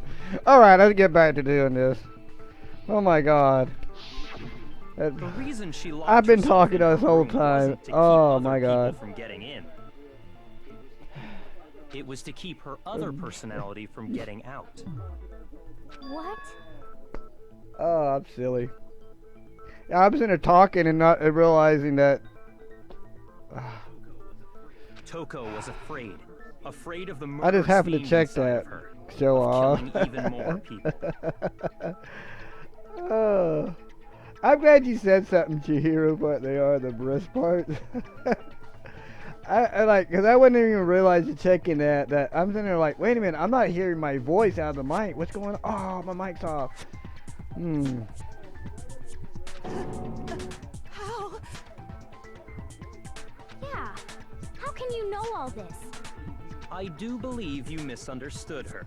What she's trying to say isn't, how can you know all this? No. What she wants to know is, how could you tell them? Huh? Last night, just before Monokuma gave his motive speech, Toko and I had a strange conversation. She told me a most interesting story.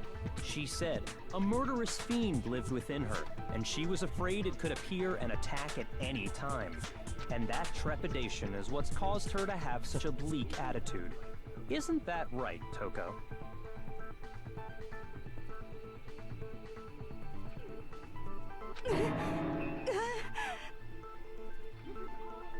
This is all a lie. Right, Toko? You said you wouldn't tell anyone. What? You promised. I can't believe you lied. You have only yourself to blame. You came to me with your tragic little story. I didn't ask you to. This is the real world, not some romantic fantasy fairy tale.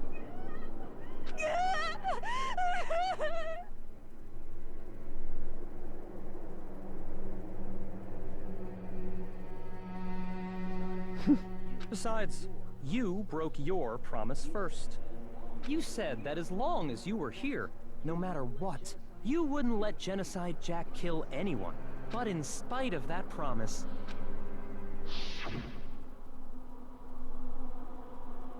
I couldn't keep our promise. But don't worry, never again. You said if I kept my promise, you would go out with me. That's the only reason I promised. How many times do I have to tell you? I never said that, but you weren't able to do it. You just couldn't resist that rush you got from killing, could you? I tried. I swear I tried to control it, But your efforts were useless. What a disappointment. I hate you. Well, the opening act is nearly finished. All that's left is to hear from the person in question directly. The person? You don't mean... Toko's body suddenly lunged backwards. Lunged up, echo across the courtroom, and in a sec... Well,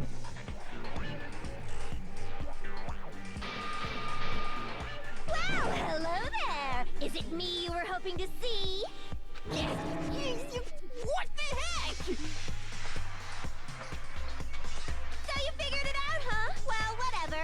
What are you gonna do? I'm the ultimate murderous fiend, Genocide Jack! Or better yet, let's go with Genocide Jill! What the fuck is this? Toko, what happened to you? Not Toko, that's a loser name, and what happened is a textbook split personality. So what if one of them happens to be a serial killer? You should turn a blind eye to one's fault. So intense. Like they say, sound in murderous mind, sound in murderous body. This one is so different from the one we've come to know. Yes, well, the world is composed of a front and a back, you know.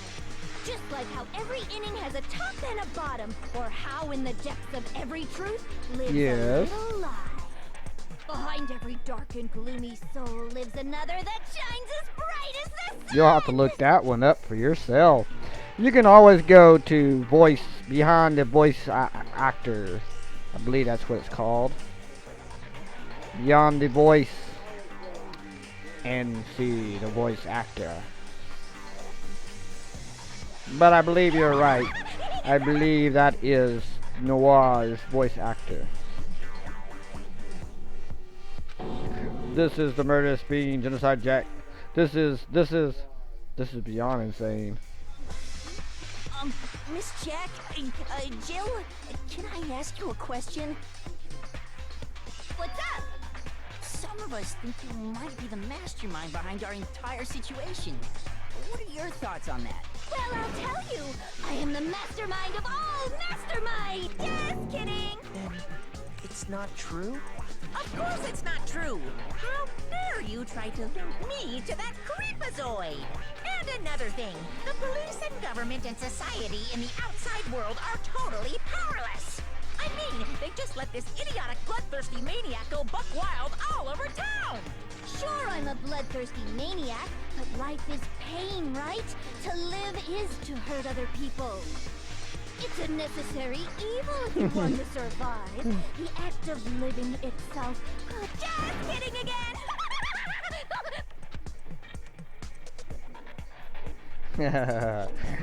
Yeah, you'll eventually run into that. Like, there's a lot of voice actors that a lot of the games that I played that are from a different series.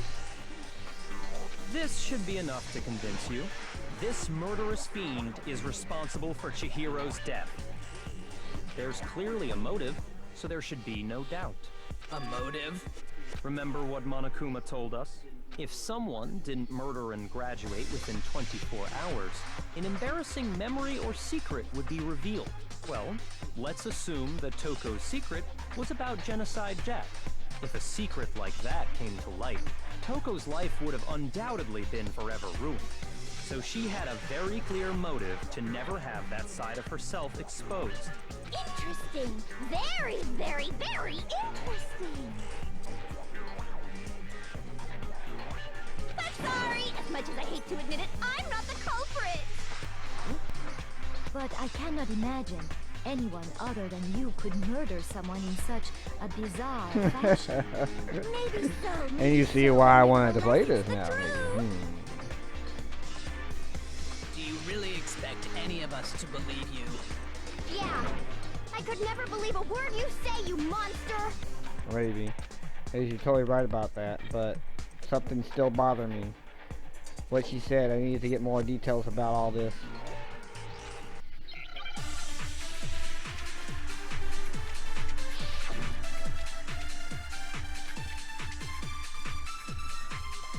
Sorry, but I didn't kill anyone. You say that, but do you really expect any of us to believe it? Perhaps if you had an alibi, that would change things. Oh, an alibi, huh? Now we're talking. When you compare your past murders to this incident, the modus operandi matches completely. What more proof do we need? Give it up. You killed her.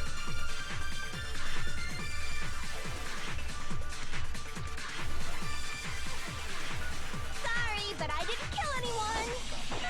You say that, but do you really expect any of us to believe it? Perhaps if you had an alibi, that would change things. Oh, an alibi, huh? Now we're talking. When you compare your past murders to this incident, the modus operandi matches completely. No, what's wrong?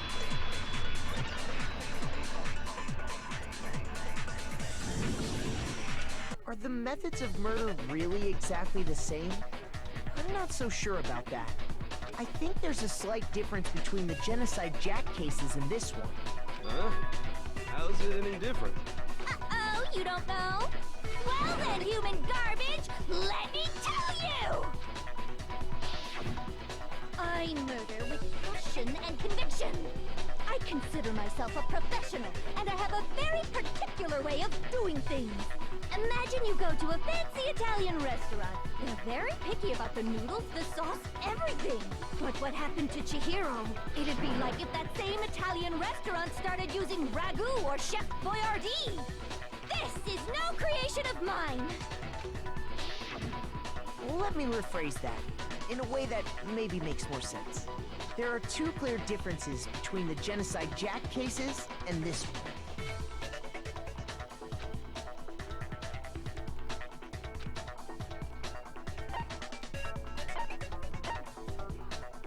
I got it! For one, the cause of death is different. In the Genocide Jack murders, all the victims were killed the same way. According to the case file, they were all apparently killed with a pair of scissors. But Chihiro died from a blow to the head, right? You want noodles? Ah, yes! That is remarkably different from the other murders. I might have to go make me some ramen myself. Wouldn't it be strange for someone who kills the same way without fail to suddenly change their method? And there's more. One more conflicting detail. That's right! In my recipe of murder, if the bloody message is the tortellini, then the arrangement of the body would be the pesto sauce! Could you please stop comparing killing people to cooking? So, are you saying the other different? Wasn't related to how she was spending.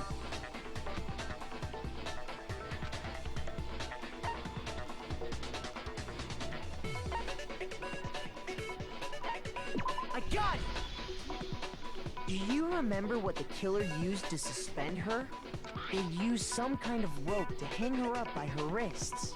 What is your point? Well, in all the previous Genocide Jack cases, something else was used to suspend them.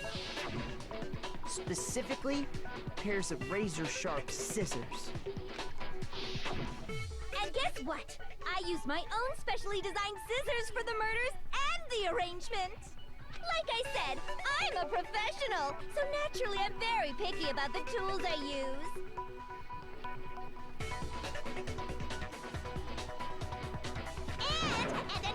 And you know what else? Big Mac said there's 2 differences, but he's wrong. Big Mac? Are you referring to me? Listen up, Big Mac. There's actually one more difference. Huh? My word, you really didn't notice? Take a look at who the victims were in each Genocide Jack case. There's a pattern there, just waiting to be discovered. A pattern?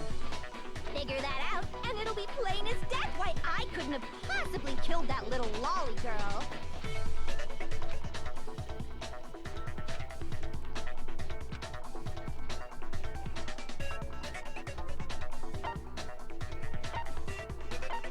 I got it! Is it because Chihiro was a girl? Bingo! Bullseye! Right on the money! What are you talking about? In all the Genocide Jack cases, all the victims had something in common.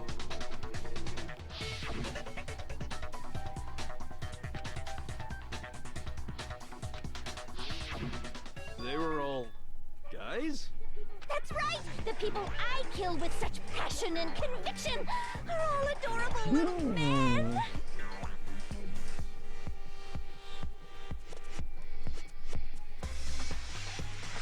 I'm a girl now, man. The hell is wrong with you? I can't help it! I'm just a full-throttle boy-on-boy fangirl! And the movie side of me just hates it! But now I'm on the fast track to becoming a full-fledged fan madam! So, since Chihiro was a girl and not an adorable little man, you wouldn't kill her? Would an Italian chef suddenly start making ramen just because they're both noodles? Don't be No stupid. comment. I agree. I agree with you. I have too much passion and conviction to cross that line! That's the absolute reality of the one and only! I'm genderless.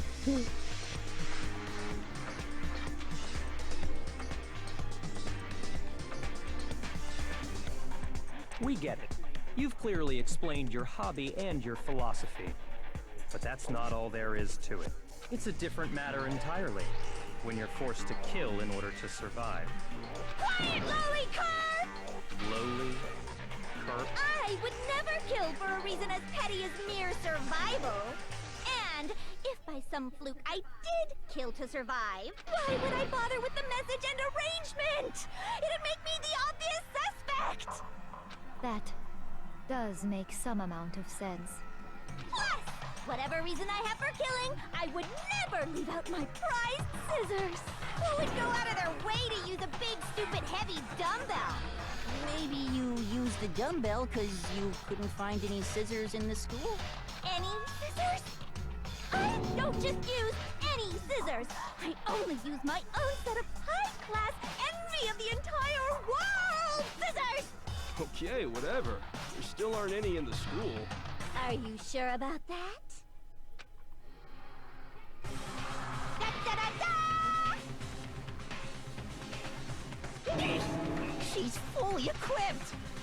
That's right! So I can kill anywhere, anytime!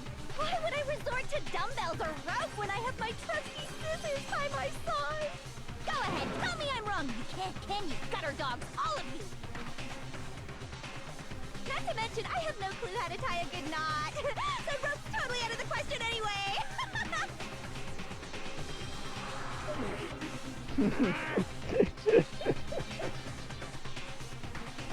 I have no idea what's going on anymore. Could such a heinous villain really be innocent? But the body really was suspended, right? And nobody but the police knew about that. Yeah. That's why we figured it had to be the real deal, and not some copycat killer or whatever.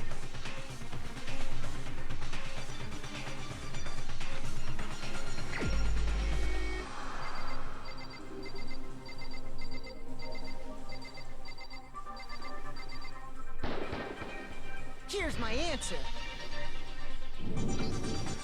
Byakuya, it's possible you could have found out, isn't it? You'd have no problem gaining access to classified government documents or internal police records. Plus, you'd already looked through the Genocide Jack file before this all happened, hadn't you? Are you saying Mr. Togami did it? Then, the reason he pushed the theory of Genocide Jack being the killer so hard was because he wanted to pin the crime on her. So, he rearranged the scene to disguise it and make it look like I put my stamp on it! The adorable glasses man was behind it all! Oh, I'm on fire! Well, Byakuya, what's your response? I see. So now the suspicion falls on me. Then I must ask, when would you say I began acting suspicious? Surely you must have an answer. Looking back and thinking about it now, the way you were acting right before we discovered the body was a little strange.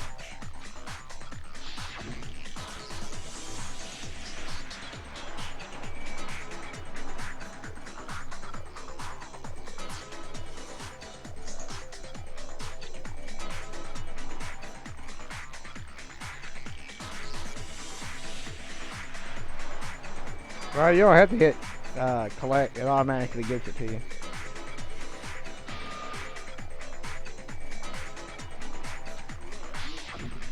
You wanted to go to the girls' locker room right away, right? But since you're a guy... I should have naturally thought of the boys' locker room first. Is that what you want to say? The victim was Chihiro, a girl. Hence why I said we should check the girls' locker room. Nothing strange about that, I'd say. On the contrary, there's something very strange. Okay then, what's so strange about it? Go ahead, share with the rest of the class.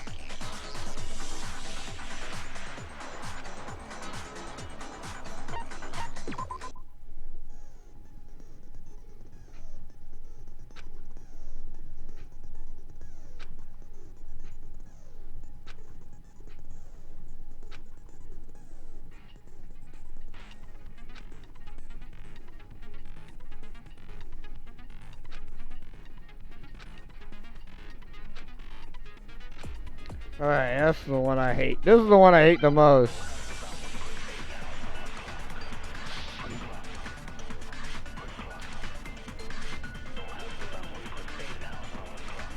So, you said Byakuya was acting kind of weird before we found the body. But he was acting weird... how? If you're presented with the opportunity to check out the girls' locker room, You absolutely take it! That's a natural reaction for any guy! The victim was Chihiro, who was a girl. So of course I would suggest we check the girls' locker room first. There was no time for pointless distractions. What's so strange about that? I wish you'd taken me with you.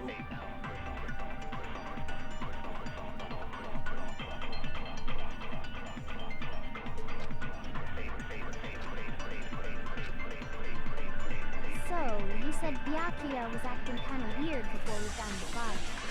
But he was acting weird... how? If you're presented with The opportunity to check out the girls' natural reaction. The victim Was Chihiro. So of course I would suggest we check the girls. There was no time for point. What's so strange? I wish you'd taken me with you.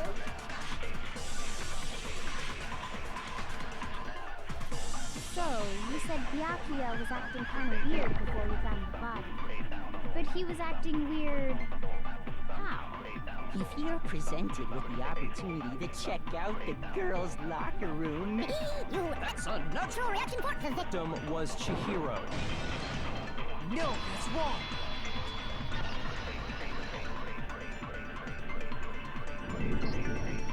I'll tell you what's so strange about that. Because up until we actually discovered the body, we couldn't have known who the victim was. So your claim that you went to the girls' locker room first because Chihiro was the victim doesn't hold up.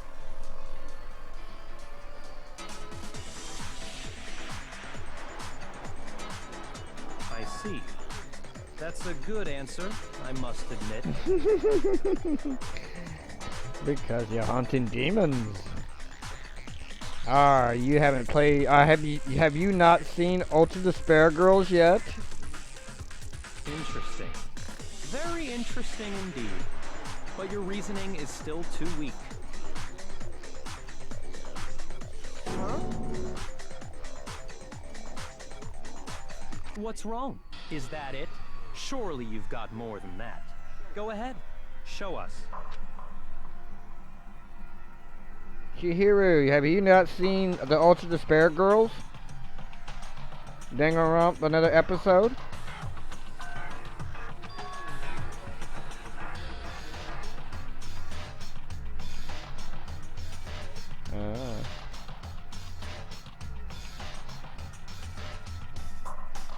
Ah. Okay. That's where the demon hunting comes from. What's the matter? You're not finished already, are you? There must be more to it. There is. I think. There is more to it. Think about it. We just talked about the differences between this case and past Genocide Jack incidents. The proof you're looking for is hidden in there. Oh? Proof that I'm the culprit, you mean? The difference between the cases of evidence gate murder, the evidence that proves Black was responsible is hidden in there. What could it be? Beep, beep, beep.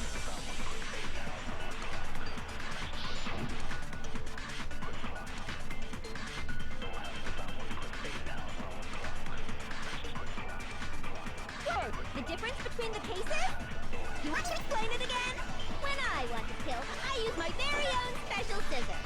And I use those same scissors to arrange the body. But Chihiro was suspended with... It was some kind of rope. Was it not? That's right! It absolutely was! Then there must be something very fishy indeed about that rope. Hey, Byakuya, where'd you get it from, huh? I'd never seen that rope before in my life. No, that's wrong. Possible. Actually, I'm pretty sure you have seen it before. Because, you see, that rope, or should I say, that extension cord? What? An extension cord? Byakuya, you've used the extension cord in the library more than once, haven't you? And the same extension cord that was in the library all this time went missing after the murder. And there's no way someone who uses that extension cord as much as you do wouldn't discover that fact. And Byakuya must be the one who took the extension cord. I can't imagine any other possibility.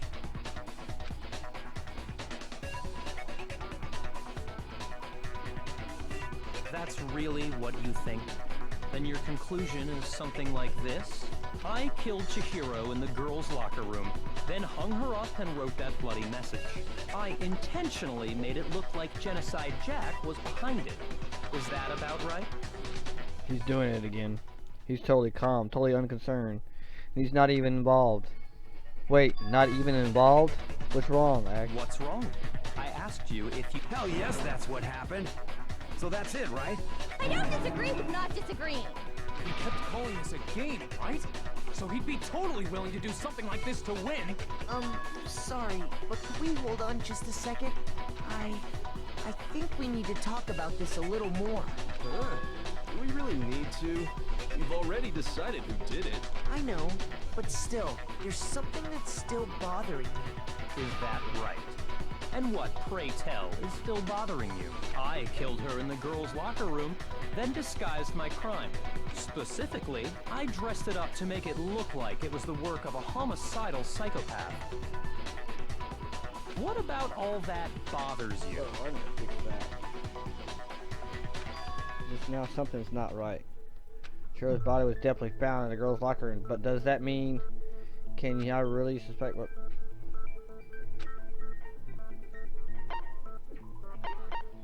I got it! You say you killed Chihiro in the girls' locker room, right? But are you sure about that? Isn't it possible that the murder took place somewhere else? How disappointing. What kind of question is that? Even in the world of disappointments, this is a true letdown. She was found dead in the girls' locker room. There is absolutely no question about how could the scene of the crime have been anywhere else. Well, I think it's entirely possible that she was killed somewhere else, then carried there later, along with the rest of the murder scene. The rest of the murder scene? That was awfully specific. Please tell me you have a reason for saying all of that. I believe I do. You just did I just take you off guard? When the story suddenly moved to the crime scene, like who've been confident up to now? Maybe I can never even realize the actual scene of the crime. Could he have somewhere else? Hey, don't just move on without permission. What do you mean she was killed somewhere else? Come on, Makoto. If there's any chance the murder took place somewhere... It took place, something like that.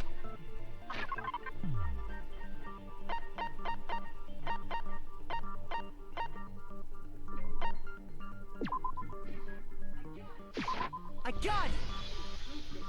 The proof that she was killed somewhere else is the poster that's hanging in each locker room. Your proof is some posters? The poster in the girls' locker room was a picture of a big-boobed supermodel. But don't you think that's kind of strange? Why would the girls' locker room have a poster like that? I bet those massive jugs of hers were totally fake!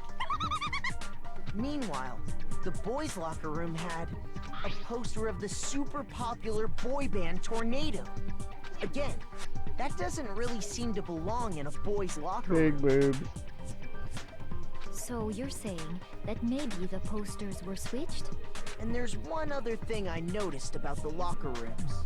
You know what I'm talking about, right, Sakura? You're referring to my protein coffee, aren't you?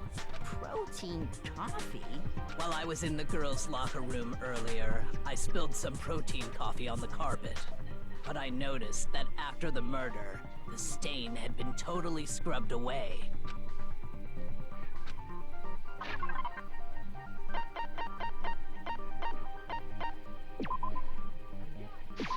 I got it!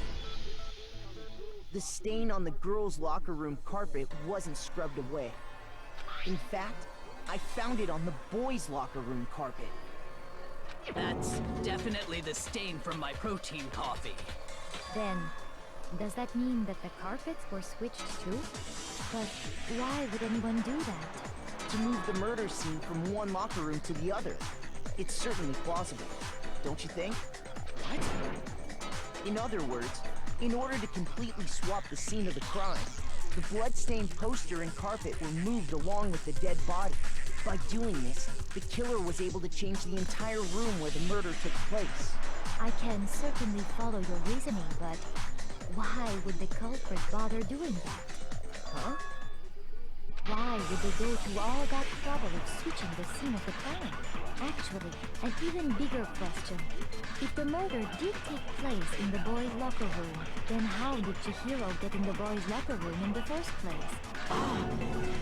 To get into the locker rooms, you have to swipe your e-handbook across the card reader device, but Chihiro's handbook should have only allowed her access to the girls' locker room.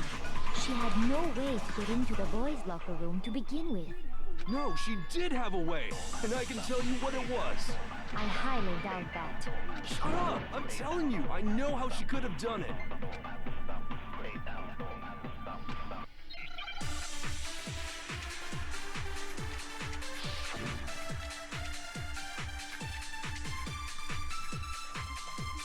Is it really possible? Could Chihiro really have gotten into the boys' locker room? I got it! She must have hacked her e-handbook. She was the ultimate programmer. I'm sure that would have been no problem. No, I don't think that she usually think that was it. Huh? What then? I'm talking about Leon's handbook, of course. She could get into the boys' locker room, no problem. I missed it. Is it really possible? Napoleon Dynamite? Could I don't know. Chihiro really have gotten into the boys' locker room? I got it! She must have hacked her E. She was the ultimate pro. I'm sure that would have been no... Well, I don't think she used to think what was in the... Huh? What are you talking about? Leon's handbook. No, it's wrong.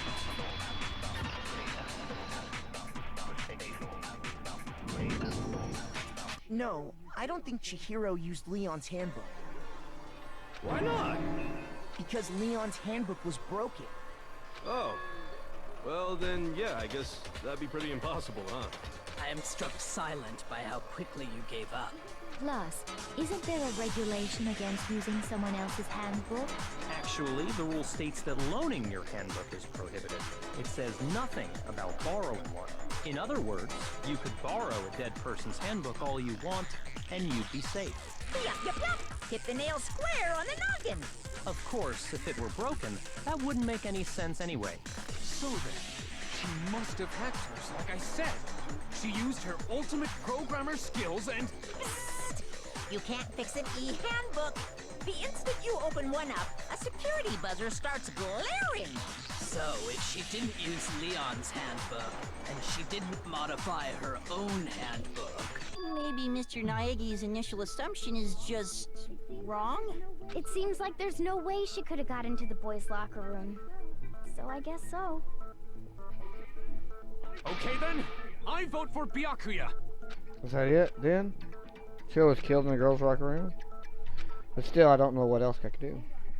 Hold on a second. I agree with you, though. I think you're on the right track.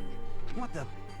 You finally decide to open your mouth and that's what you've got to say? There's no way she could get in the boys' locker room, right? So... Why are you so sure she couldn't get in? There's still one other way she could have gained access. What? What are you talking about? What other way is there? Well, to explain that, why don't we take a little break from the trial? I'd like you all to come see something. Wait! Just what do you think you're doing? Don't worry. This'll make the whole trial more exciting. I'm sure that thought must please you. Huh? It'll make things more exciting? Well, alright then. I declare an official class trial For real? Now then, what is it you want to show us? It better not be... Oh, I have no doubt it'll meet your lofty expectations. So, shall we go? We head off with Kyoka in the lead. And where she took us was... The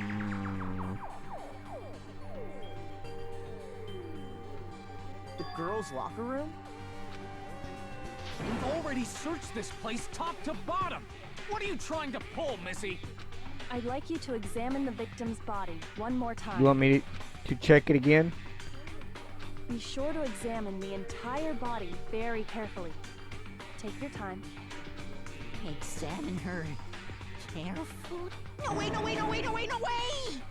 It's probably best if I don't run my hands all over a girl's dead body. It's not that I'm creeped out or anything, it's just based on religious grounds, you know? Very well. I'll do it. But you're a girl. You shouldn't have to touch a dead body. Just let one of the boys do it. No, it's okay. I think Chihiro would rather have a girl examine her. So just leave this to me. Sakura. What is this? Some kind of secret girl-on-girl action? Is that what you two are about?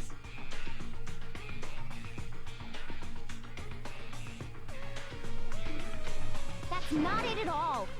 Stop screwing around. Okay, here I go. I'm sorry, Chihiro. Please excuse the intrusion. We briefly prior to psychiatry and begin to quietly examine her body. Be sure to check her entire body, and I believe we will solve this particular mystery. Her entire body? I know you say that, but... What? This is... What is it? Not possible. It's not possible. Psychiatry started while into her life like for her massive frame trembling. This girl is what? Is a boy. Mind blown! Mind blown! Actually, interesting. Thank you for confirming this fact.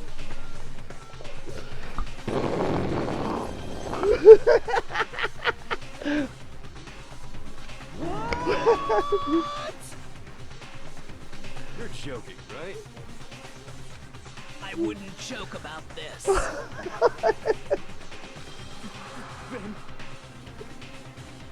it's really true? Chihiro was... Oh, what? You guys didn't know? Heck, I knew that right off the bat. Chihiro Fujisaki was totally a guy. What is that?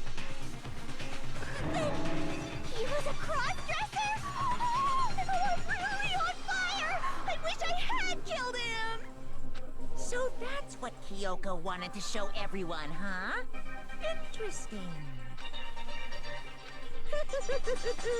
Yes, that certainly does make things much more exciting. Now let's ride this wave of excitement back to the courtroom and get back to the trial. Yes, she was a drag queen. She was one of those types of person. I don't know. There's a disorder like inferiority complex, where a guy feels like he should be a female and not a male.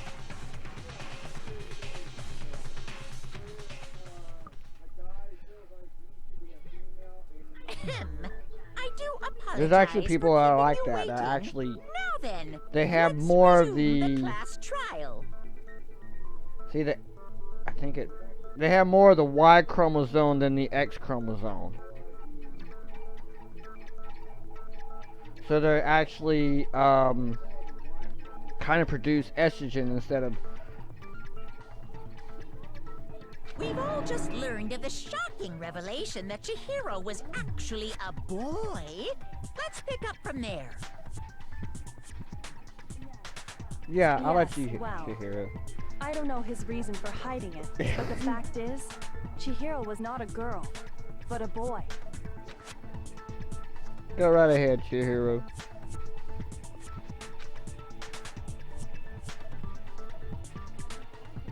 And because the victim was male, he would have had no problem gaining access to the boys' locker room.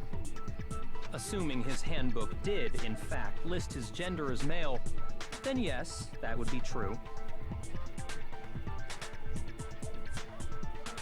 Of course his handbook said he was a boy. He dressed like a girl, but he was a boy through and through. So then, there should be no issue with Makoto's initial assertion. The victim was killed in the boys' locker room, and was then later moved to the girls' locker room. And the killer could have easily used Sayaka or Junko's handbook to get into the girls' locker room.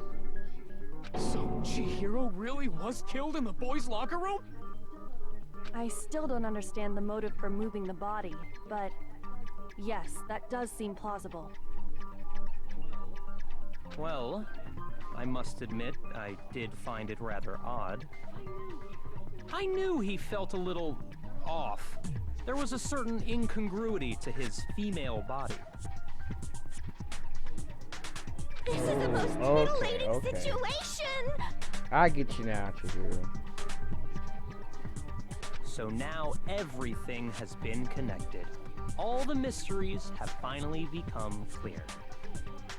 Okay, well, connected or clear or whatever. We still think you're the killer, remember? Very interesting. This has become very interesting indeed.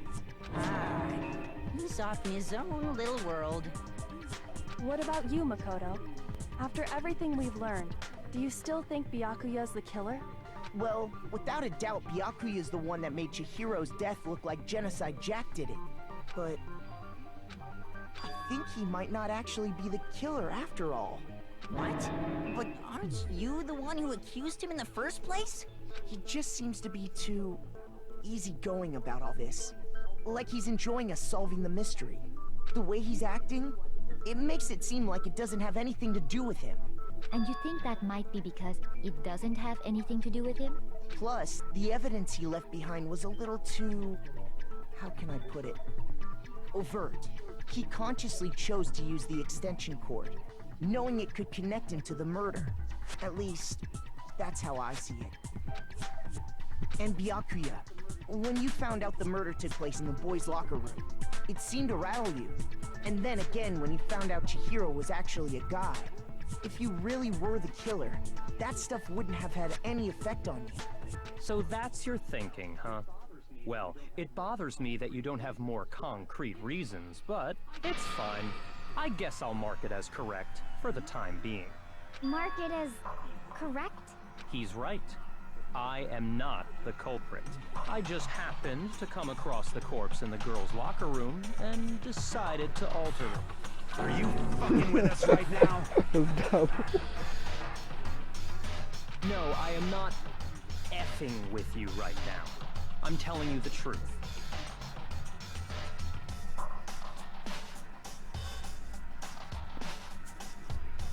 Well, I find it very hard to believe.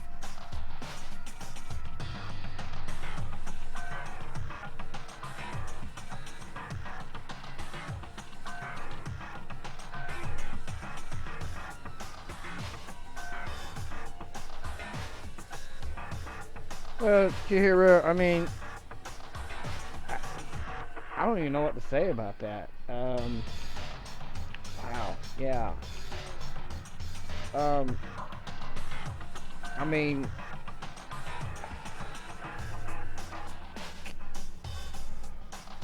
that must be a tough life for you, to live that way, for sure. But I mean, like, you always got us though. I mean, we're not gonna judge you for something like that. I definitely will not judge you for something like that. I mean, I'm glad you're here, and I guess it takes a lot of courage to even admit something like that, and I find that remarkable. And I mean, that's definitely a step forward to believing in yourself. And I mean, I'm glad you shared that with us. I mean, I know it's a big step, but I mean, like I said, it's probably a tough life, but you know, we're here for you. We'll support you all the way, and don't you forget that you do have friends even across the country, in the country world, and we will always believe in you. Go ahead, find it very hard to believe. You're free to be executed along with the rest of us. If you're really telling the truth, then why? Why do you do that to his body? My reasons hardly matter right now. Uncovering the culprit is much more. Now then, if it wasn't me, who was it? Well, I don't think I can say for sure without talking about it a little more. We're seriously gonna keep going? We're all good, aren't we? I thought it was clear Byakuya did it.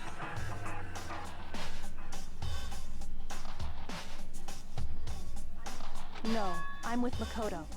If there's any doubt whatsoever, we need to explore every possibility. Because if we're wrong, we all die here. That's true. Very well then. I'm with you too. Damn straight. Count me in. Do you not have a mind of your own?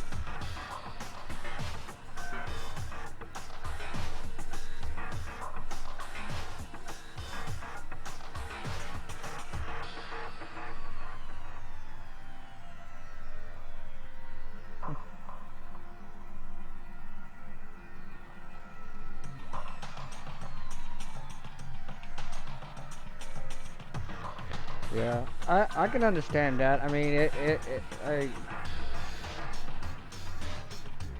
I'm a negative type person. I'm a real negative person. I surround myself with negativity, but you know, I have a lot of anger, a lot of hate. It's just who I am, you know. I've become accustomed to that. You know, I am angry most of the time. I don't seem like I am right now because I do this. I stream. I wanted to stream. I wanted a community that I could talk to people, to communicate, socialize with, and I do my YouTube channel. I do all this stuff. I love video games. It's my stress reliever. You know, I like to be around positive people. For those who know Cloud 007, he's a really good friend. He's like a positive role model for me. He's a really good friend. He's, matter of fact, he is my best friend. And you know, and with him around, I don't feel so negative. And it's just, you know, that's just how I am. You know, I'm just a real negative type person. I ruined my life a lot. I done a lot of things in my life that I regret. And I crossed those paths. I've done those things. You know, I've done stuff that, you know, most people haven't done in their life.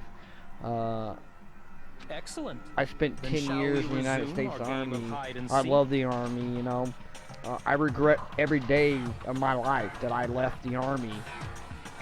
But the Army's always been my life. It's always been who I am. I mean, every time I see a soldier, I'd say, that's my brother there, that's my sister there.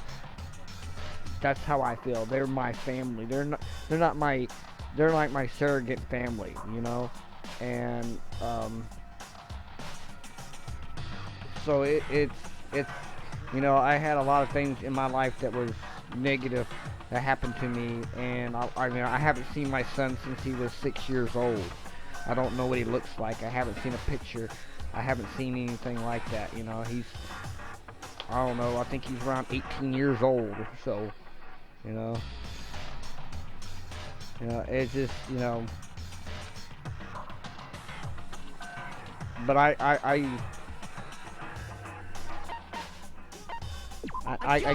get through my days every day, man. And it's just, you know, how things go, you know. I mean, I love playing video games. I mean, I could go out and go find a girlfriend or blah blah blah or whatever or whatnot, you know. I just, you know, I just rather have something positive to make me relax, calm me down, and video games is what done that.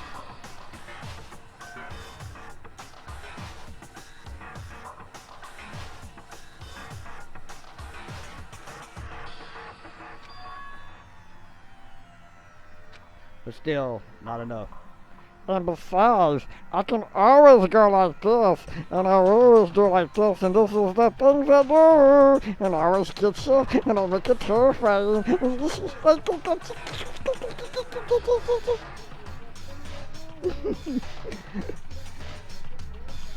Oh, don't worry about it. Don't worry about bringing up sad memories.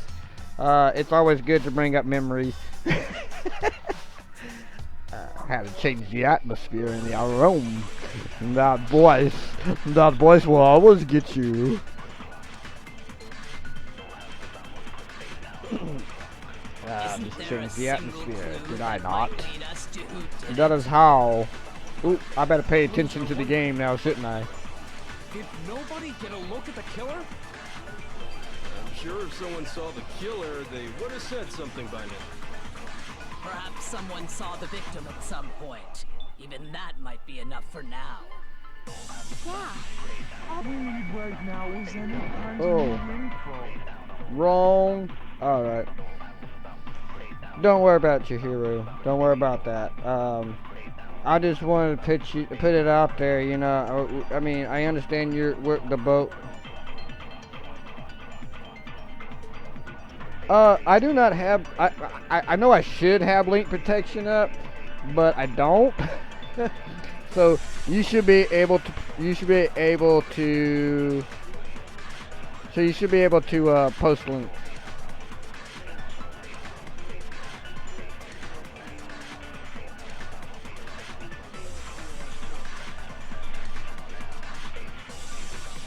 I don't think I have. Yeah. Yep, there you go. You should be able to.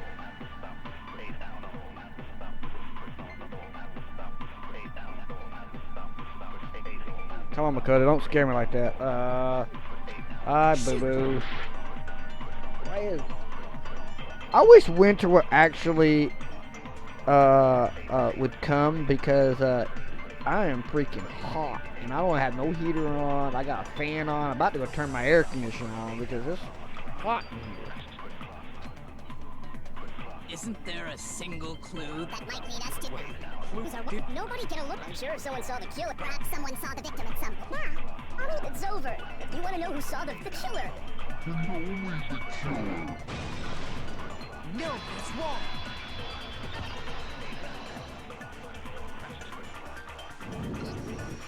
I believe someone else did see the victim before he was murdered. What do you think, Celeste?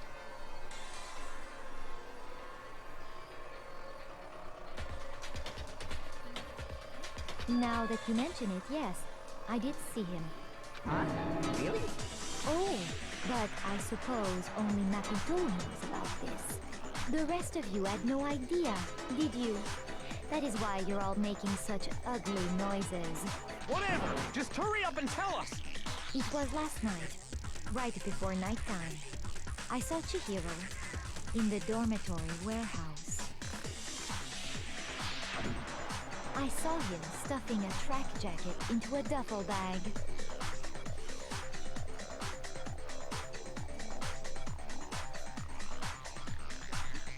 And then, I assume, he headed off to exercise. A track jacket and a duffel bag? But we didn't find anything like that at the murder scene. It seems likely that the culprit destroyed them to get rid of any evidence.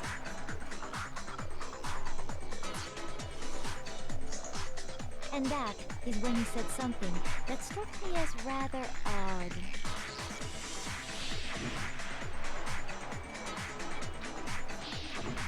Chihiro told me he was in a hurry. But why would he be in a hurry? Only if someone were waiting for him, I should think. So, Mr. Fujisaki was on his way to meet with someone, and then they were going to work out together? But Hina and I had invited him to exercise with us plenty of times, and he always declined. Probably because he was afraid you'd find out the secret he was hiding, right? Which means that conversely, he must have trusted whoever he was meeting with very much. Enough so that he was willing to risk his secret being revealed. What a marvelous friendship! The point is, whoever he met up with is the culprit, right? So we just gotta figure out who it was. But knowing what we know, I can't even guess. You're never weak when you have friends who will support you through thick and thin. No, you already have what you need to make the connection.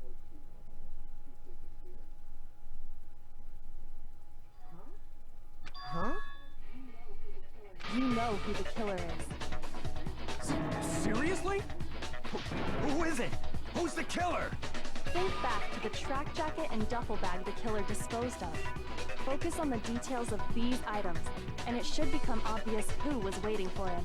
Are you sure about that? You really think we can figure out who did it based on 2 pieces of evidence that we don't have? Why? You want to track down some fingerprints or something? Even if we had the equipment for that, we wouldn't know how to use it. As was noted, the evidence is already gone. There's nothing to get fingerprints from. Maybe, but we can make certain inferences if we just take the time to talk it out. Easy for you to say, but fine.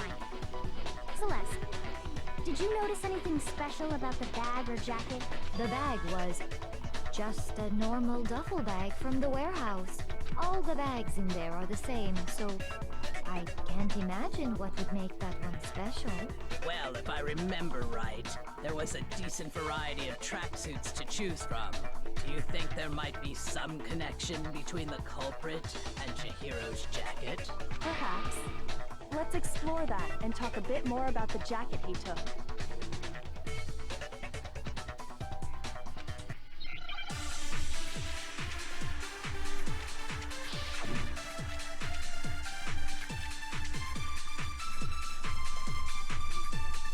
First of all, we know where Chihiro was. He was on his way to go exercise, so next we have to ask, why did he choose the specific tracksuit that he did?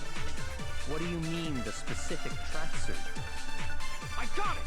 He picked that tracksuit because it matched the one the culprit was wearing. So, what you're saying is, the killer was wearing the same blue tracksuit? No, that's wrong.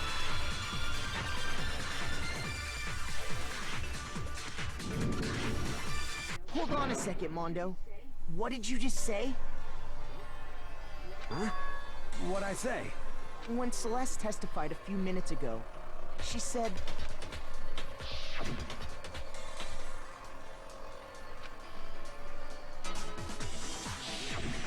She never said anything about the jacket's color. So why did you say Chihiro's blue tracksuit? What are you... You just... Hey, Celeste. What color was Chihiro's tracksuit? As a matter of fact, it was blue. And before we began the trial, did you tell anyone that? The only one I told about any of this was you. Then, Mondo, how did you know what color Chihiro's tracksuit was? Well, because I just... I'm sure he saw the clothes at some point in the investigation. No, that can't be it. The bag and clothes were surely disposed of by the time we began our investigation. Then the only reason he could have known what color the tracksuit was is if he saw Cherry with it before he died! That's the only possibility! Cherry. Are you talking about Chihiro? So, how's at it? Did you see the tracksuit or didn't you? Just by chance. I just happened to see it last night. He walked past me, and he was carrying the tracksuit in his hands. No, that can't be it either. According to Celeste's testimony,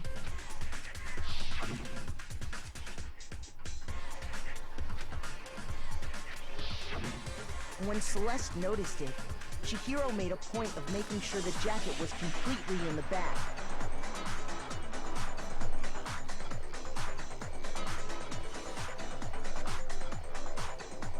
Hey, AE, how you doing? If you just ran into him briefly, you couldn't possibly have seen what color the tracksuit was. Yeah. It would appear you've dug your own grave.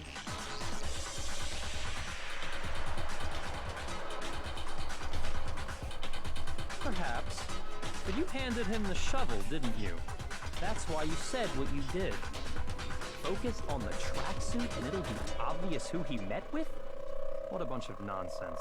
Ah, now I understand. It was all one big bluff, wasn't it? Your true intention was to draw a slip of the tongue from the culprit. That's why you said you knew who did it, to put them on edge. That's right. However, Mondo was my target all along. I had my suspicions about him from the very beginning. But why? What made you so suspicious?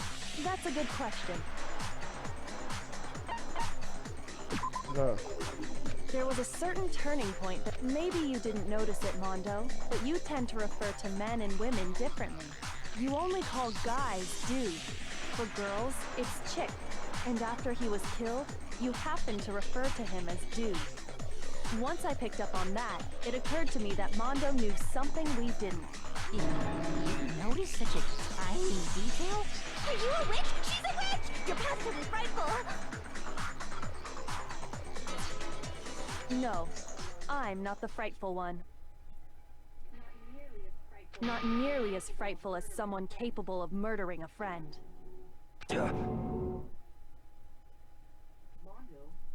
Mondo? Was it really you? Did you really kill Chihiro? I didn't kill anyone! You've been all over me, judging everything I say, putting words in my mouth. What gives you the right to treat me like a goddamn criminal? Yeah! He would never do something like that! This is a false accusation! It's true. My reasoning on that is pretty shaky. That was fast. Well, this does present us with a problem. It seems we are all... My time has nearly come. That's what my little ghost friend is telling me. Oh yeah, that reminds me. Hifumi, weren't you telling me you found some evidence? Really? What kind of evidence? Actually, now that I'm thinking about it here calmly, it might not be all that relevant. Jeez, does your confidence just get up and walk away? It's fine, man. Just tell us. If you really insist, then... here it is. What do you have there? It happens to be an e-handbook. I found it laying on the ground, so I scooped it up. Kinda, it's...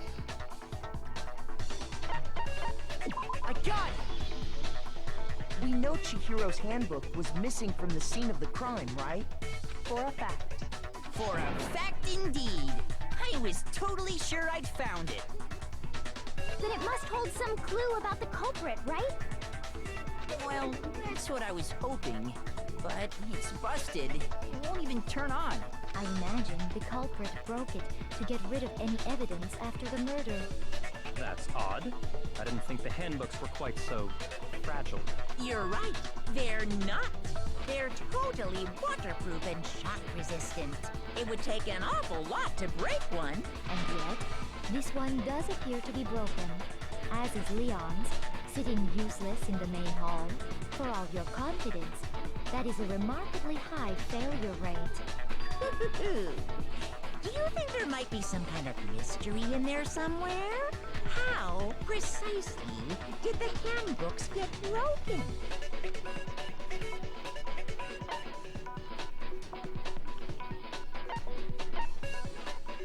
I got it!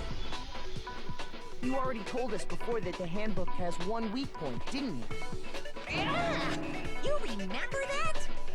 Sure, maybe I let that slip, but I never told anyone what the weak point actually was. But if the handbook is supposed to never break, and two of them broke in quick succession, then... Then we can only assume that someone's figured out its weakness. You know what the weakness is, right, Monokuma? So, what is it? Huh? You're asking me?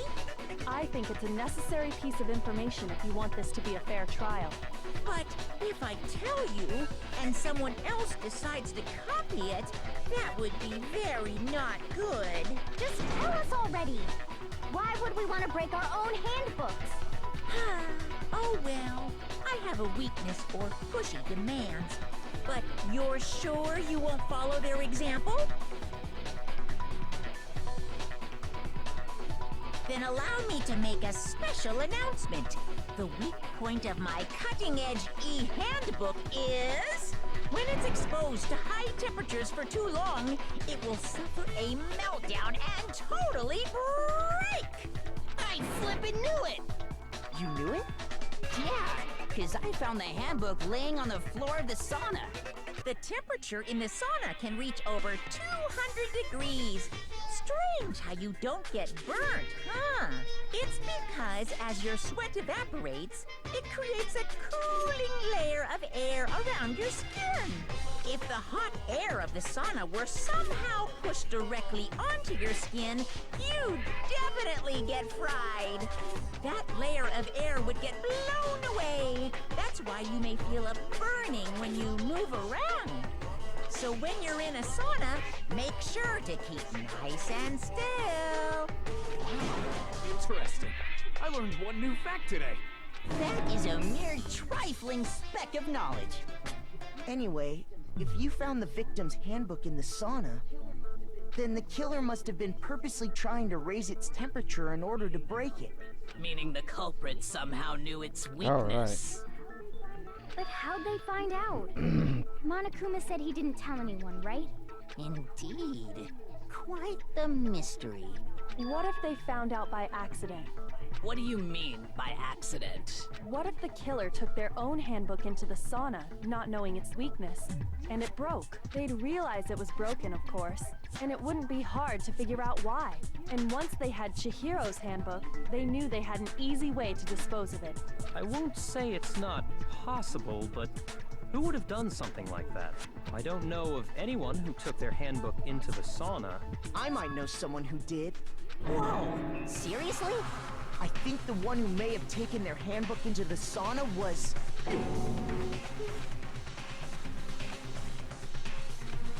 Select somebody.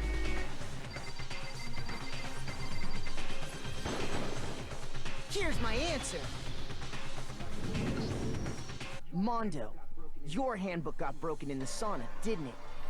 Yes, I do know who killed him. I know who killed everybody. What? Why? Why do you keep accusing him? Mondo and Taka had an endurance contest in the sauna not too long ago, remember? And for the contest, Mondo just so happened to keep his school uniform on. But little did he realize, he'd also left his handbook in one of his uniform pockets. And when it was all over, Mondo discovered that taking your handbook into the sauna could easily destroy it. No, wait, hold on. You've got it all wrong. He would never kill. I don't accept this. Show me the proof. The actual... Never know. Well, I found something that proves it beyond a shadow of doubt. Make your argument. What is...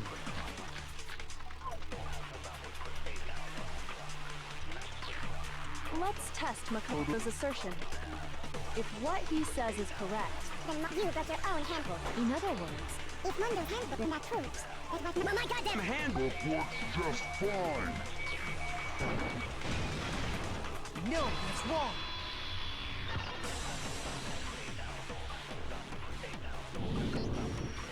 Mondo, the handbook you have right now, is it really yours? The fuck is that supposed to mean? The broken handbook that was in the main hall, isn't that one actually yours? What the heck are you talking about? What I mean is, I think Mondo swapped his handbook out for one that actually works. I think he took Leon's handbook and replaced it with his own. After all, Monokuma said himself that Leon's handbook never should have broken. That's right! The punishment it suffered wasn't nearly enough to destroy it.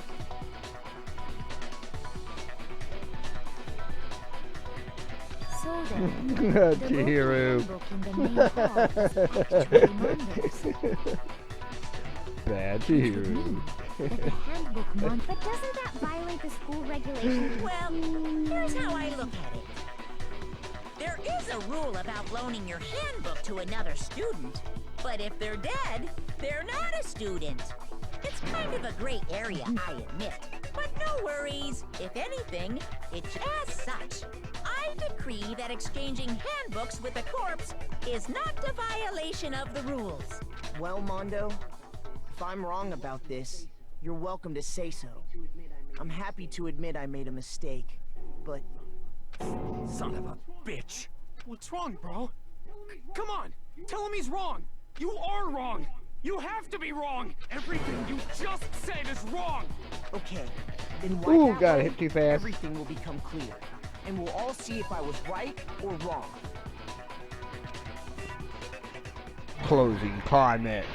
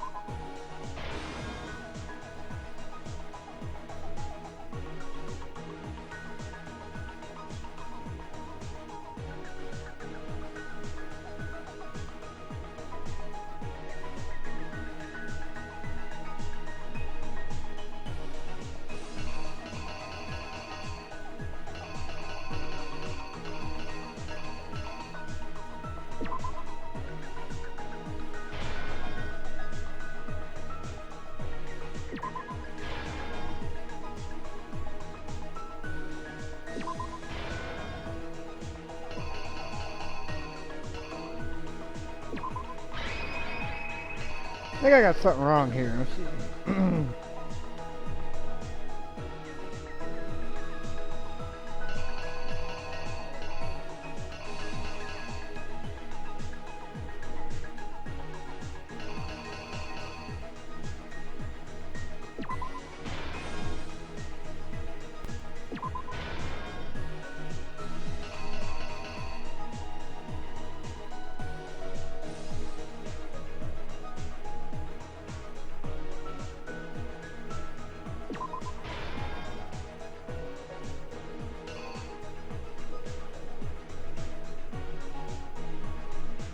That's right.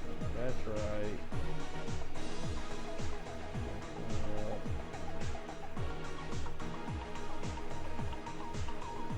Nope, nope, nope, nope. I see what it is.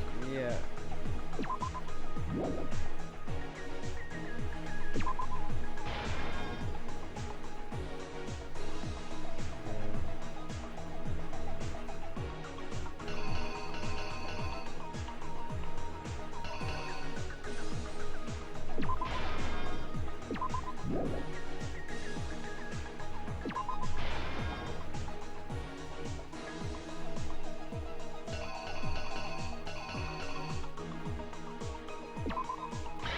I think I did it. I think I did. You. First, let's We'll take a find look out what I back to messed up before at. the I think I might have messed up one spot here. Last night, Celeste saw Chihiro in the warehouse, correct? At the time, she was apparently stuffing something into a duffel bag.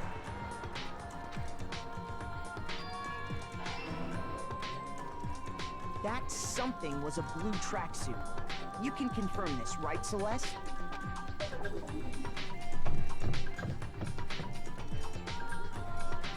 With bag in hand, Chihiro headed out, even though it was officially nighttime. She made her way to the locker room, but how could the victim... Ah, that's what I got wrong. Alright, that's okay. Let's wait.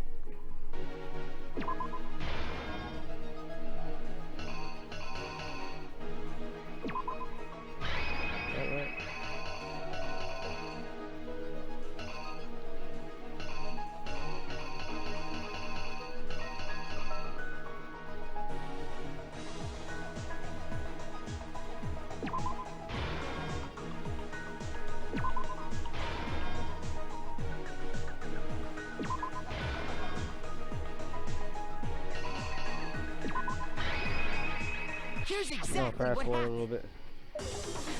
Oh, well, we'd have to stop. We gotta fix where we got. With bag in hand, Chihiro headed out. But how could the victim... Simple. Because she was really a he. Which is why he was able to use his own e-handbook to gain entrance to the boys' locker room. Once inside, he met with someone there. And the person he met was the one who killed him.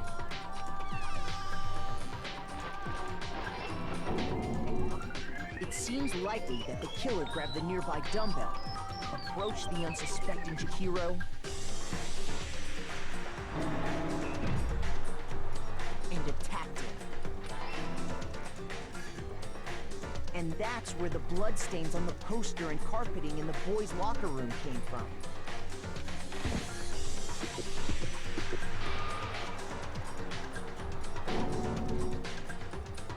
It was likely in the heat of the moment. The body was arranged, but the murder itself felt unplanned.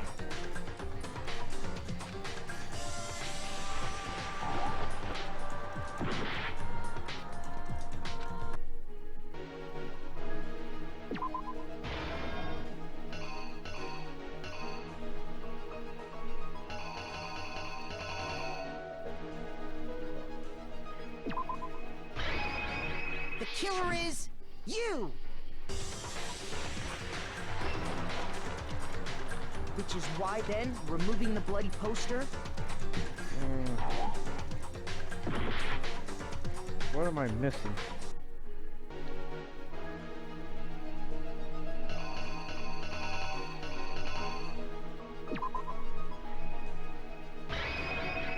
The killer is you! Which is why the killer hurried to then removing... That's not it either. What am I missing? Dang it.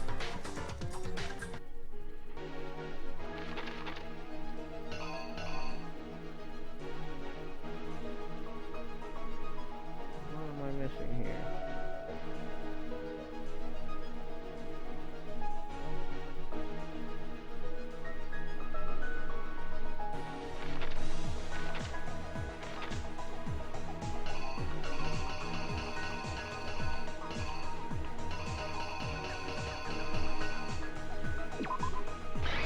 Gotta be exactly what happened. Which is why the killer hurried to try and hide the act. First, pulling up the bloodstained carpet. Then, removing the bloody poster.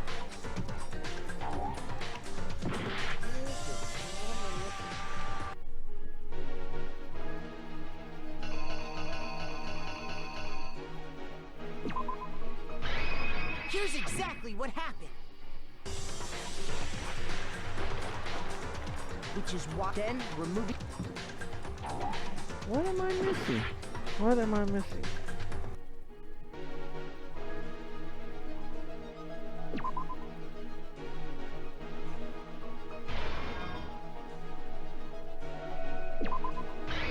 The killer is you! Which is why then... Okay, that's what I was dead backwards, okay. And find a girl's hand. But this alone doesn't prove that the killer was necessarily a girl. After all, Sayaka and Junko's handbooks had been placed in the main hall. Using one of those, a boy could get into the girls' locker room without much problem. Oh my god!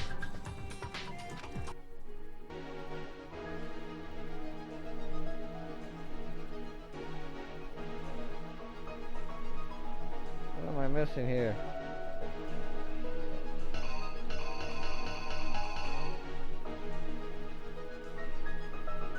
Oh. Okay, I got it now. Should be done. We should have no more incidents. After all, Sayaka and Junko using one of those. No more incidents. And that's exactly how the killer did it. With the Makoto. carpet and the poster they brought with them, they got to work.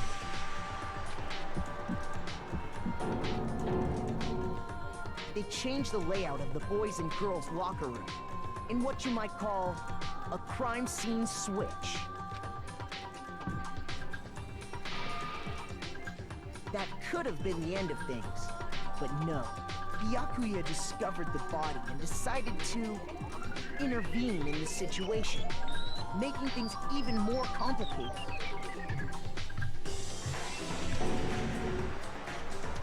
So, after stumbling on the crime scene, he went and grabbed the extension cord from the library, and then he got to work.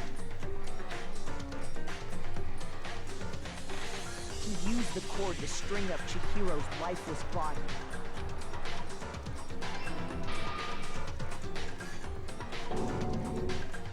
Then, using the victim's own blood, he left a grisly message there at the scene of the crime. He wanted to create the illusion that Genocide Jack was responsible for the slaughter.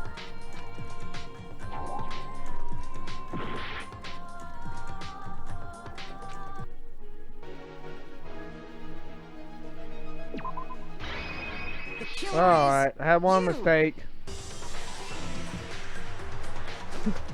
And around the same time that Byakuya was putting together this facade, the killer, having already disposed of Chihiro's bear, they planned to destroy the last piece of evidence, Chihiro's handbook.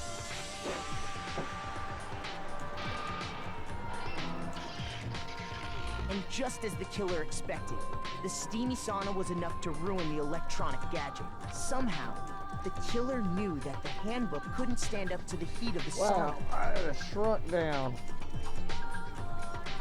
And the reason they knew that is because the sauna had already wrecked their own handbook. That's how it all played out. And that killer is You, Mondo. Isn't that right, Mondo Errata?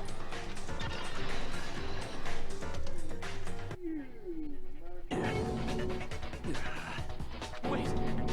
No. This can't be right. Where's your evidence? Yeah. Where's your evidence? You need evidence. You need proof.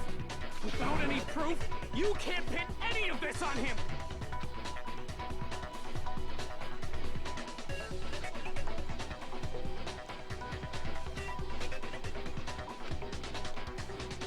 Not at all. I gotta remember to aim to reload my bullets. Remember the truth. Show me some evidence. You're wrong. I won't listen. I refute you. False. Show me some evidence. I won't listen.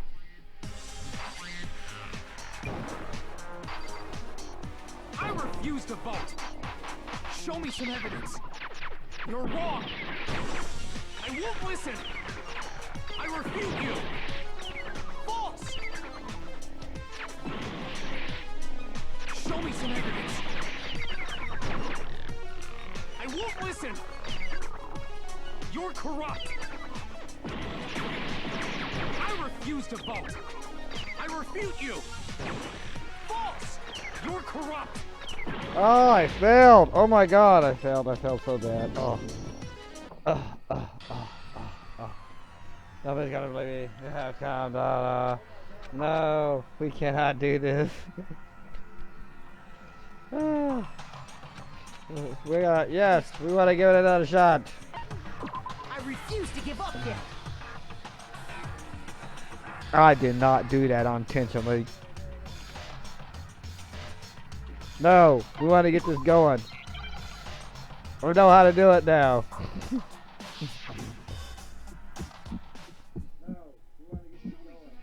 Show me some evidence. You're wrong. I won't listen. I refute you. False. Show me some evidence. I won't listen.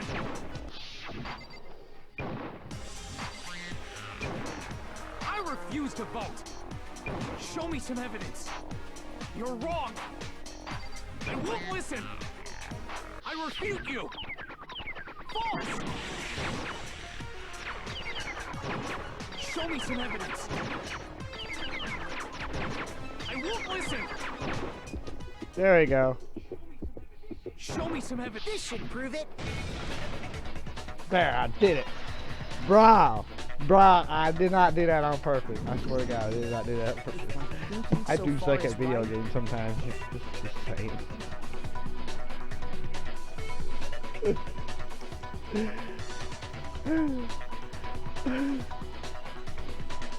Mondo must have replaced his broken handbook with Leon's. In which case, we can just check each of our handbooks right now. Once we do that, We don't gotta do that. Huh? Yeah. Yeah, I did it. I killed him.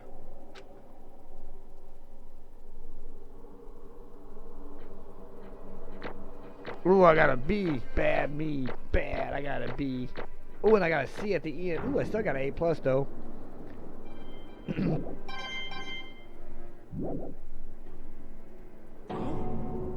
Bro, what are you saying? I got no choice, man. After hearing all that, I gotta just give up. Go ahead, Monokuma. Get it over with. Ask for the goddamn verdict. Roger that. Wait! Hold on! No waiting, no holding on. Time for the moment we've all been waiting Grab for. your levers Grab your and lever and give it a yank! Who will you elect as the Blackened this time around? Will you make the right choice or the dreadfully wrong one? What's it gonna be? What's it gonna be?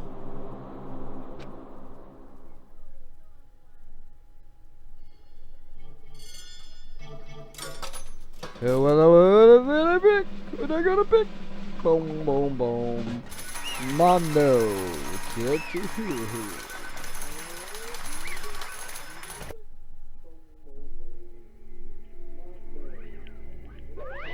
What?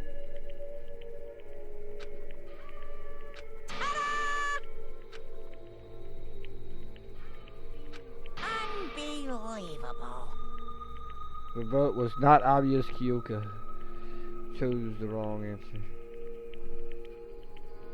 You're training very close to danger zone, Mr. Isumaro. You needed to be more careful. I refuse to believe it. There's no way he would kill someone. Sorry. Why you apologize? What is this? Why did you do it? Now then. The story of the murder this time. Oh. Roll. But for anyone who doesn't really want to hear it, you can hit the O button to fast forward a text. Anyway, there was once a young boy, and his name was Chihiro Fukusaki. He had a extreme inferiority complex regarding his lack of strength. You're so weak even though you're a boy. He heard something like that as long as he could remember, and he couldn't overcome his weakness. On the contrary, he tried to hide and buried himself further and further into that weakness, to take on the fragile form of a petite young girl. He had chosen that as his way out. Nobody will be able to say anything about, even though you're a boy. No matter how tightly he wrapped himself up in that shell, the inferiority complex had already taken root deep inside him. It was not easily weeded out. As it turned out, the shell was completely empty. The complex didn't disappear. Instead, it only grew stronger and stronger. I'm weak. Weak.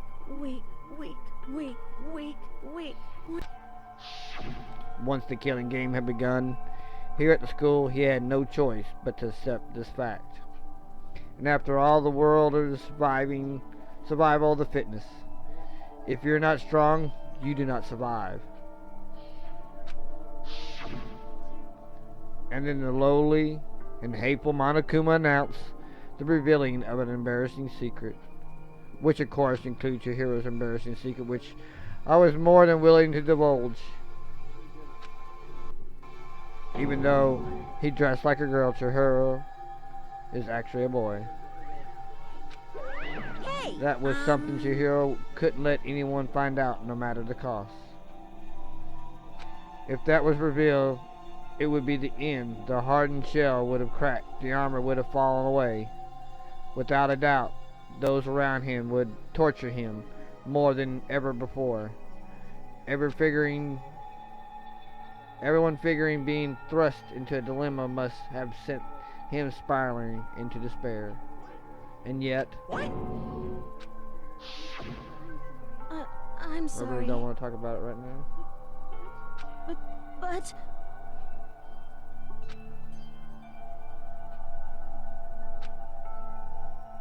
Annoying, he used the threat of discovery to motivate himself to become stronger. Now, That's right. my chance. I'm to going to get change. stronger and accept who I am. Strong enough so that when someone says, even though you're a boy, I'll be okay and I'll get better.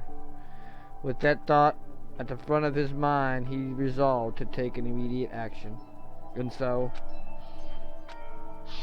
the day he made the commitment to begin exercising, he was preparing to retrain his mind and body. But sadly, that would be the first and only chance he would get at it.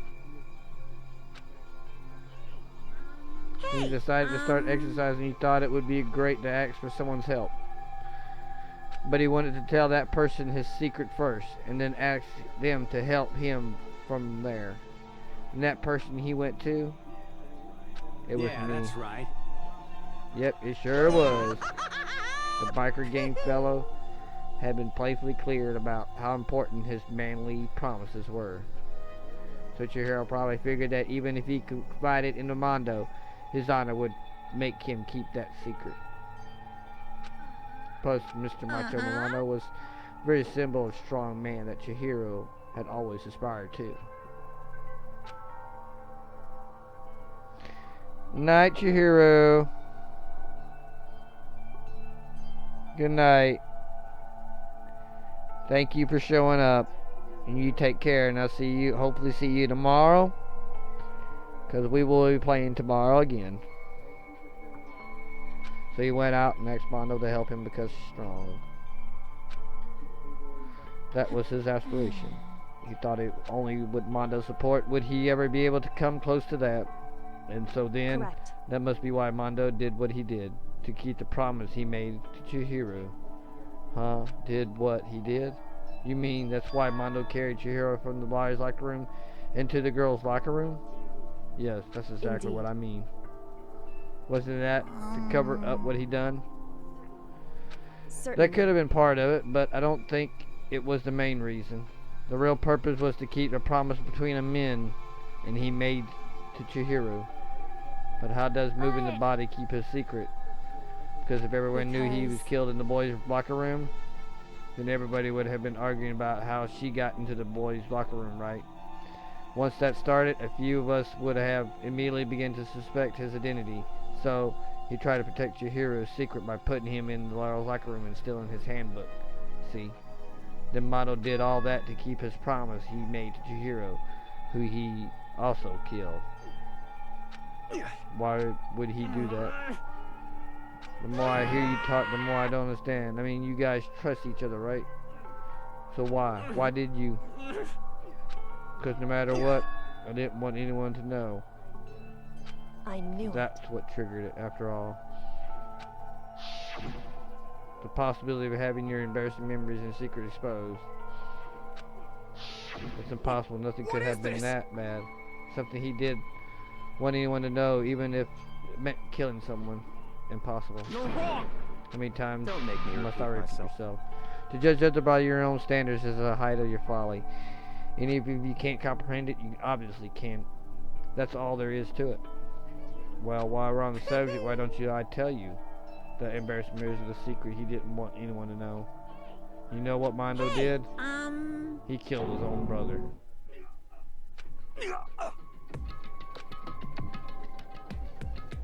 Mondo's the ultimate biker gang leader, makes all the hoodlums and riffraff across the country tremble.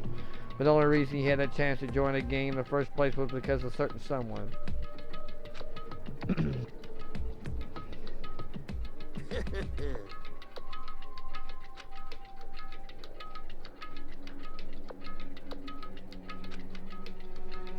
Mondo's brother was his only family growing up. He was the only one Mondo could trust or respect. He wanted to measure up to his big brother, so he imitated him in everything he did. Mondo was a autonomy of the starry-eyed kid brother. Meanwhile, the charismatic older brother had put together a local motorcycle gang. And before anyone knew it, it had grown into the biggest biker gang in the country. The oldest brother, #1 in the gang, and #2, his younger brother Mondo. In the beginning, everything was peachy and gray. But when Mondo started to think about how he would have taken over the gang from his brother someday, his brother's just greatness, his reputation, began to gnaw at Mondo's very soul. The kid's gonna take over for Deo, huh? Deo created this gang with his bare hands. Mondo just along for the ride. Can someone like that really be our leader? All that do is make the gang look bad. Almost every day Mondo heard the gossip whispers and other members of the gang, which is why I just gotta get stronger and stronger than Daya. Just one time. No matter what, I gotta win. Don't care what it takes, I gotta come up on top. That night of his amazing brother retirement ceremony, Mondo challenged him to a street race. Then the race tragedy struck. Kid brother pushed ahead with reckless abandonment, eager for victory and dashed into oncoming traffic. But suddenly,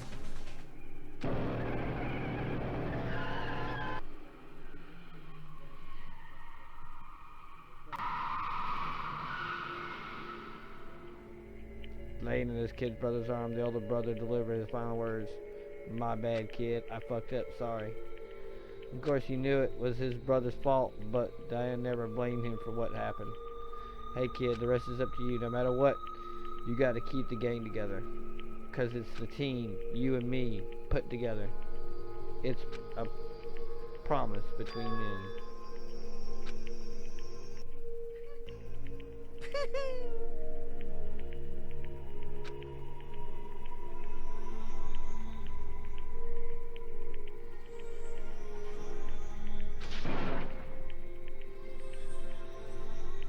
Did you lose all your coins there, Weedle? Oh. Don't worry about it. I'll give you some more later.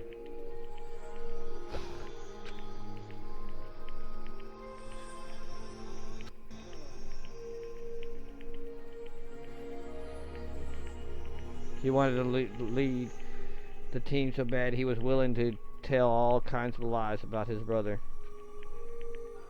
I'm strong. Strong, yeah. As soon as our killing game began, he realized, no matter how tough he pretended to be, he was just another weakling that could die in an instant.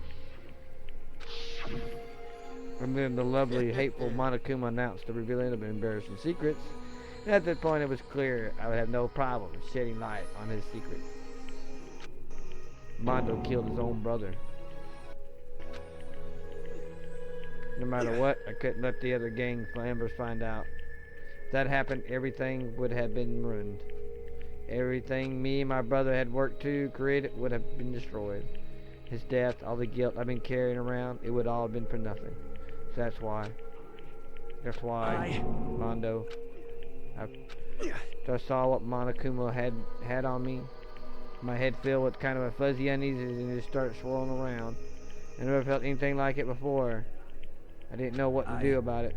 I wasn't sure what to think or say, but after a while, that fuzzy uneasiness turned into a hard rotten lump of anxiety weighing down in my stomach. And it was right around then that your hero asked me to start working out with him. And right there, he told me a secret. Seriously, Jesus. Yeah, I'm sorry I lied to you. I'm sorry. But why? Why now? Why are you telling me this all of a sudden? Huh? Huh? Because, I mean, you kept that secret all of this time, right? If when you found out, you would... You're right, but... I want to change. Wrap myself in lies. I'm weak. I want to destroy the version of me forever. His words were like a knife in my gut. I feel like he was exposing a lie I've been living myself. I had to change. I don't want to be weak anymore. You're strong. It can't hurt you, right? What secret Monokuma might tell us? So what? You're saying I should just say it? You're saying if I really am, I should be able to tell everyone my secret? Huh? Huh? I was jealous. I was jealous of Chihiro's strength. He had the strength to face his own weakness, to try to overcome it. It was a kind of strength I never had. So I was jealous of him. And that jealousy broke me. Are you making fun of me? I'm strong. Are you fucking with me right now? I'm not making you fun of you. You really are strong, Mondo. I felt like I could hear something starting to crack. Something inside my head. What did he want me to do? What was I supposed to do? Was I supposed to just sit back and let my secret get revealed and ruin everything? What's wrong? What's wrong? Why did you just tell me that? Damn you. Tell me all that. Are you trying to rub my failure in my face? No, I'm just trying to admire you. I just wanted admire to... your strength. That's right, I am strong. That's right. Strong, I am strong. Stronger than you. Stronger You than son God. of a bitch! I don't remember anything after that. When I woke up again, he was lying at my feet covered in blood. I had the dumbbell in my hand and I was just staring at him, down on the ground. I killed him. I killed Chihiro, even after all this time. I'm still just as weak as I've always been. And thanks to that, I did something I can never take back. Mondo. He was normally so aggressive, so angry. He hid that weak side away from everyone, and that was his secret. The weakness like that lived in a heart like his and turned into cold. God damn it. Look at him, you see? You're all just like him. From their secrets in the past from memory. For that, he killed another human being in cold blood. He couldn't cut free of his regrets from the outside world. He doesn't know what true strength is. Do you see hope anywhere in there? Because I sure don't. You bastard. Shut up, you son of a bitch. Go ahead and say that. Again, I dare you. Okay, I say it as many times as I want. It's what I want to say, but unfortunately, I can't do it right now because it's time for punishment. Punishing. You mean execution. That's what I promised, right? The blackened that disturbs the peace will be punished. Hold on. Ridiculous. Then I prepared a very special punishment for Mondo, the ultimate biker gang leader. Wait. Let's give it everything we've got. It's Time. punishment time.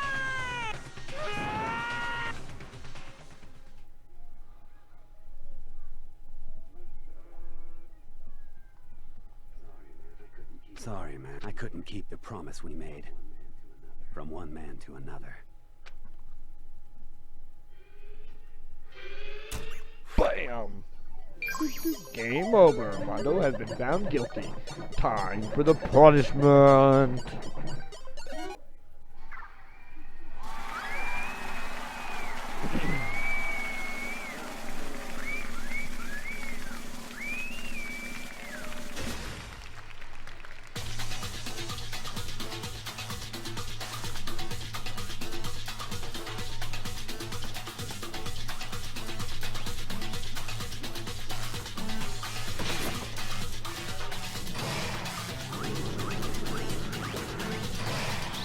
Change of death.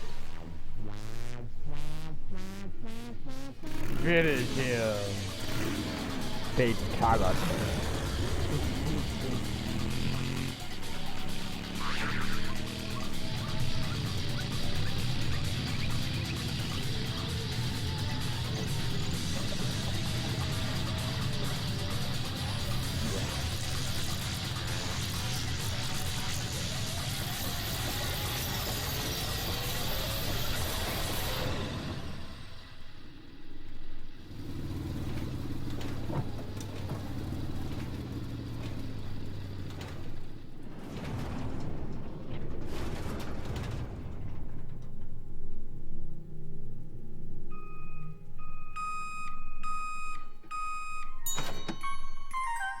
Mondo butter.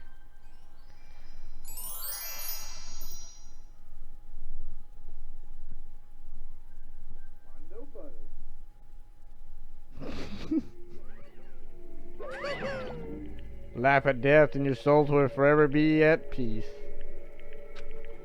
It can't be. My brother. Another murder, another execution. I want to feel again. Everyone's lives are taken so lightly here. I feel like I might be going mad. Maybe I'll just let it happen.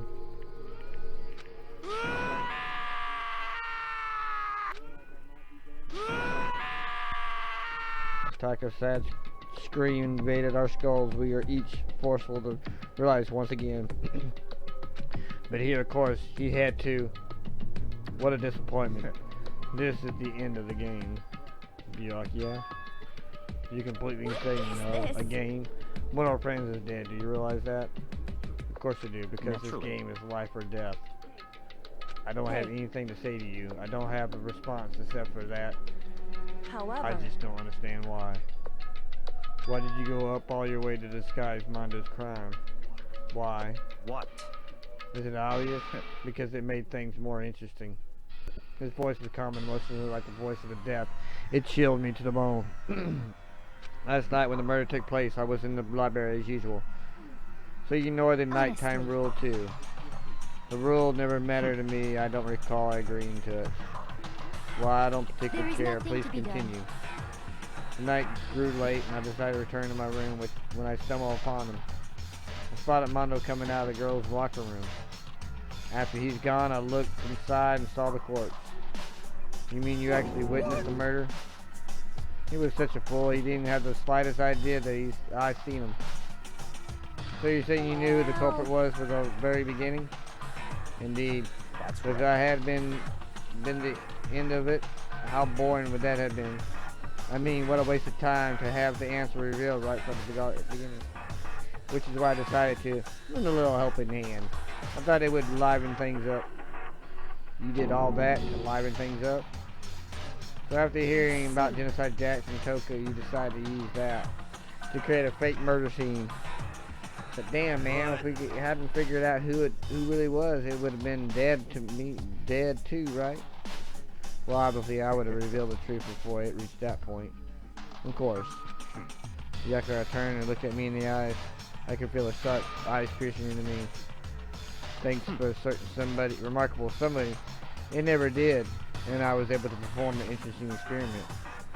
Once I decided to become the Blackened, I now know who I have to watch out for. Why? That was your reason. Are you satisfied? Yes. Indeed. We're done listening to your story. Moving on. There's something I'd like to ask Monokuma. I'm up What's next. this?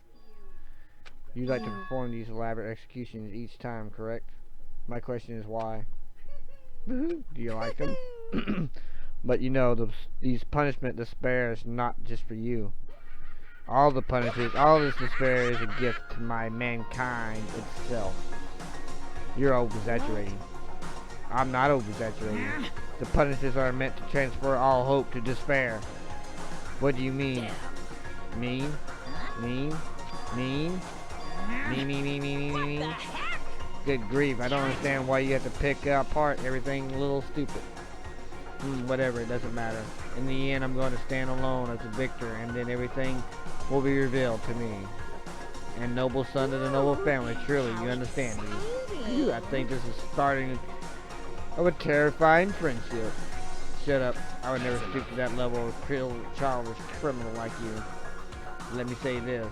After I achieve a complete victory, you're up next. I'm gonna find you and kill you. Understood?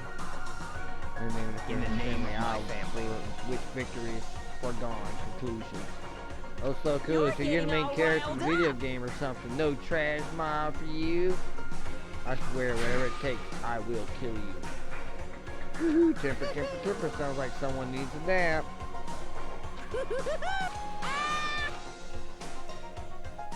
Monaco ladder fell across the front room and the curtain closed and Chimera's Mondo. But I knew that wasn't the end. The killing game would still continue.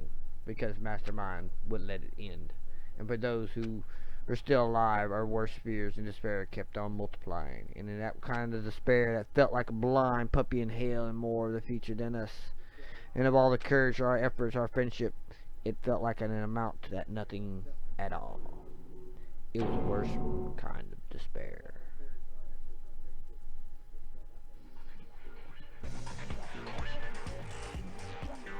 Well, anyway, like I was saying, this is a pretty good spot. Yeah, a really good spot. Anyway, isn't it amazing how that girl went and killed someone before things even had a chance to get boring? Once things really get moving, it'll be like a roller coaster. There won't be any stopping it. Fear and despair charge forward at a speed nothing can hope to match. But I must admit, I'm disappointed.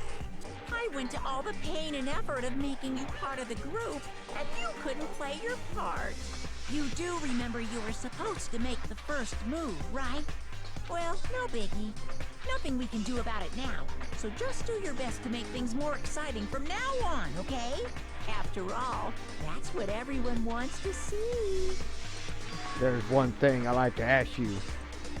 As long as you don't want to know my measurements, fire away. Who is it? The 16th high school student, I mean. Ooh. My, you really took me by surprise there.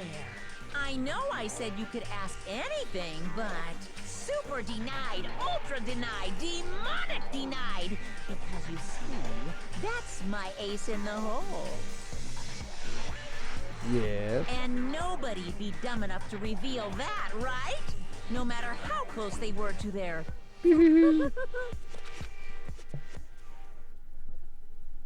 Chapter 2, Boy's Life is Despair. The end. 10 left.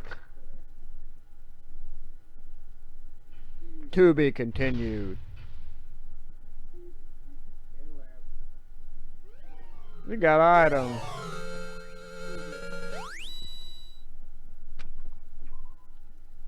Alrighty, folks. And with that, we are going to end this stream. It is almost 12:30. Yes, it's been a long night. But before we go, I want to check something out real quick.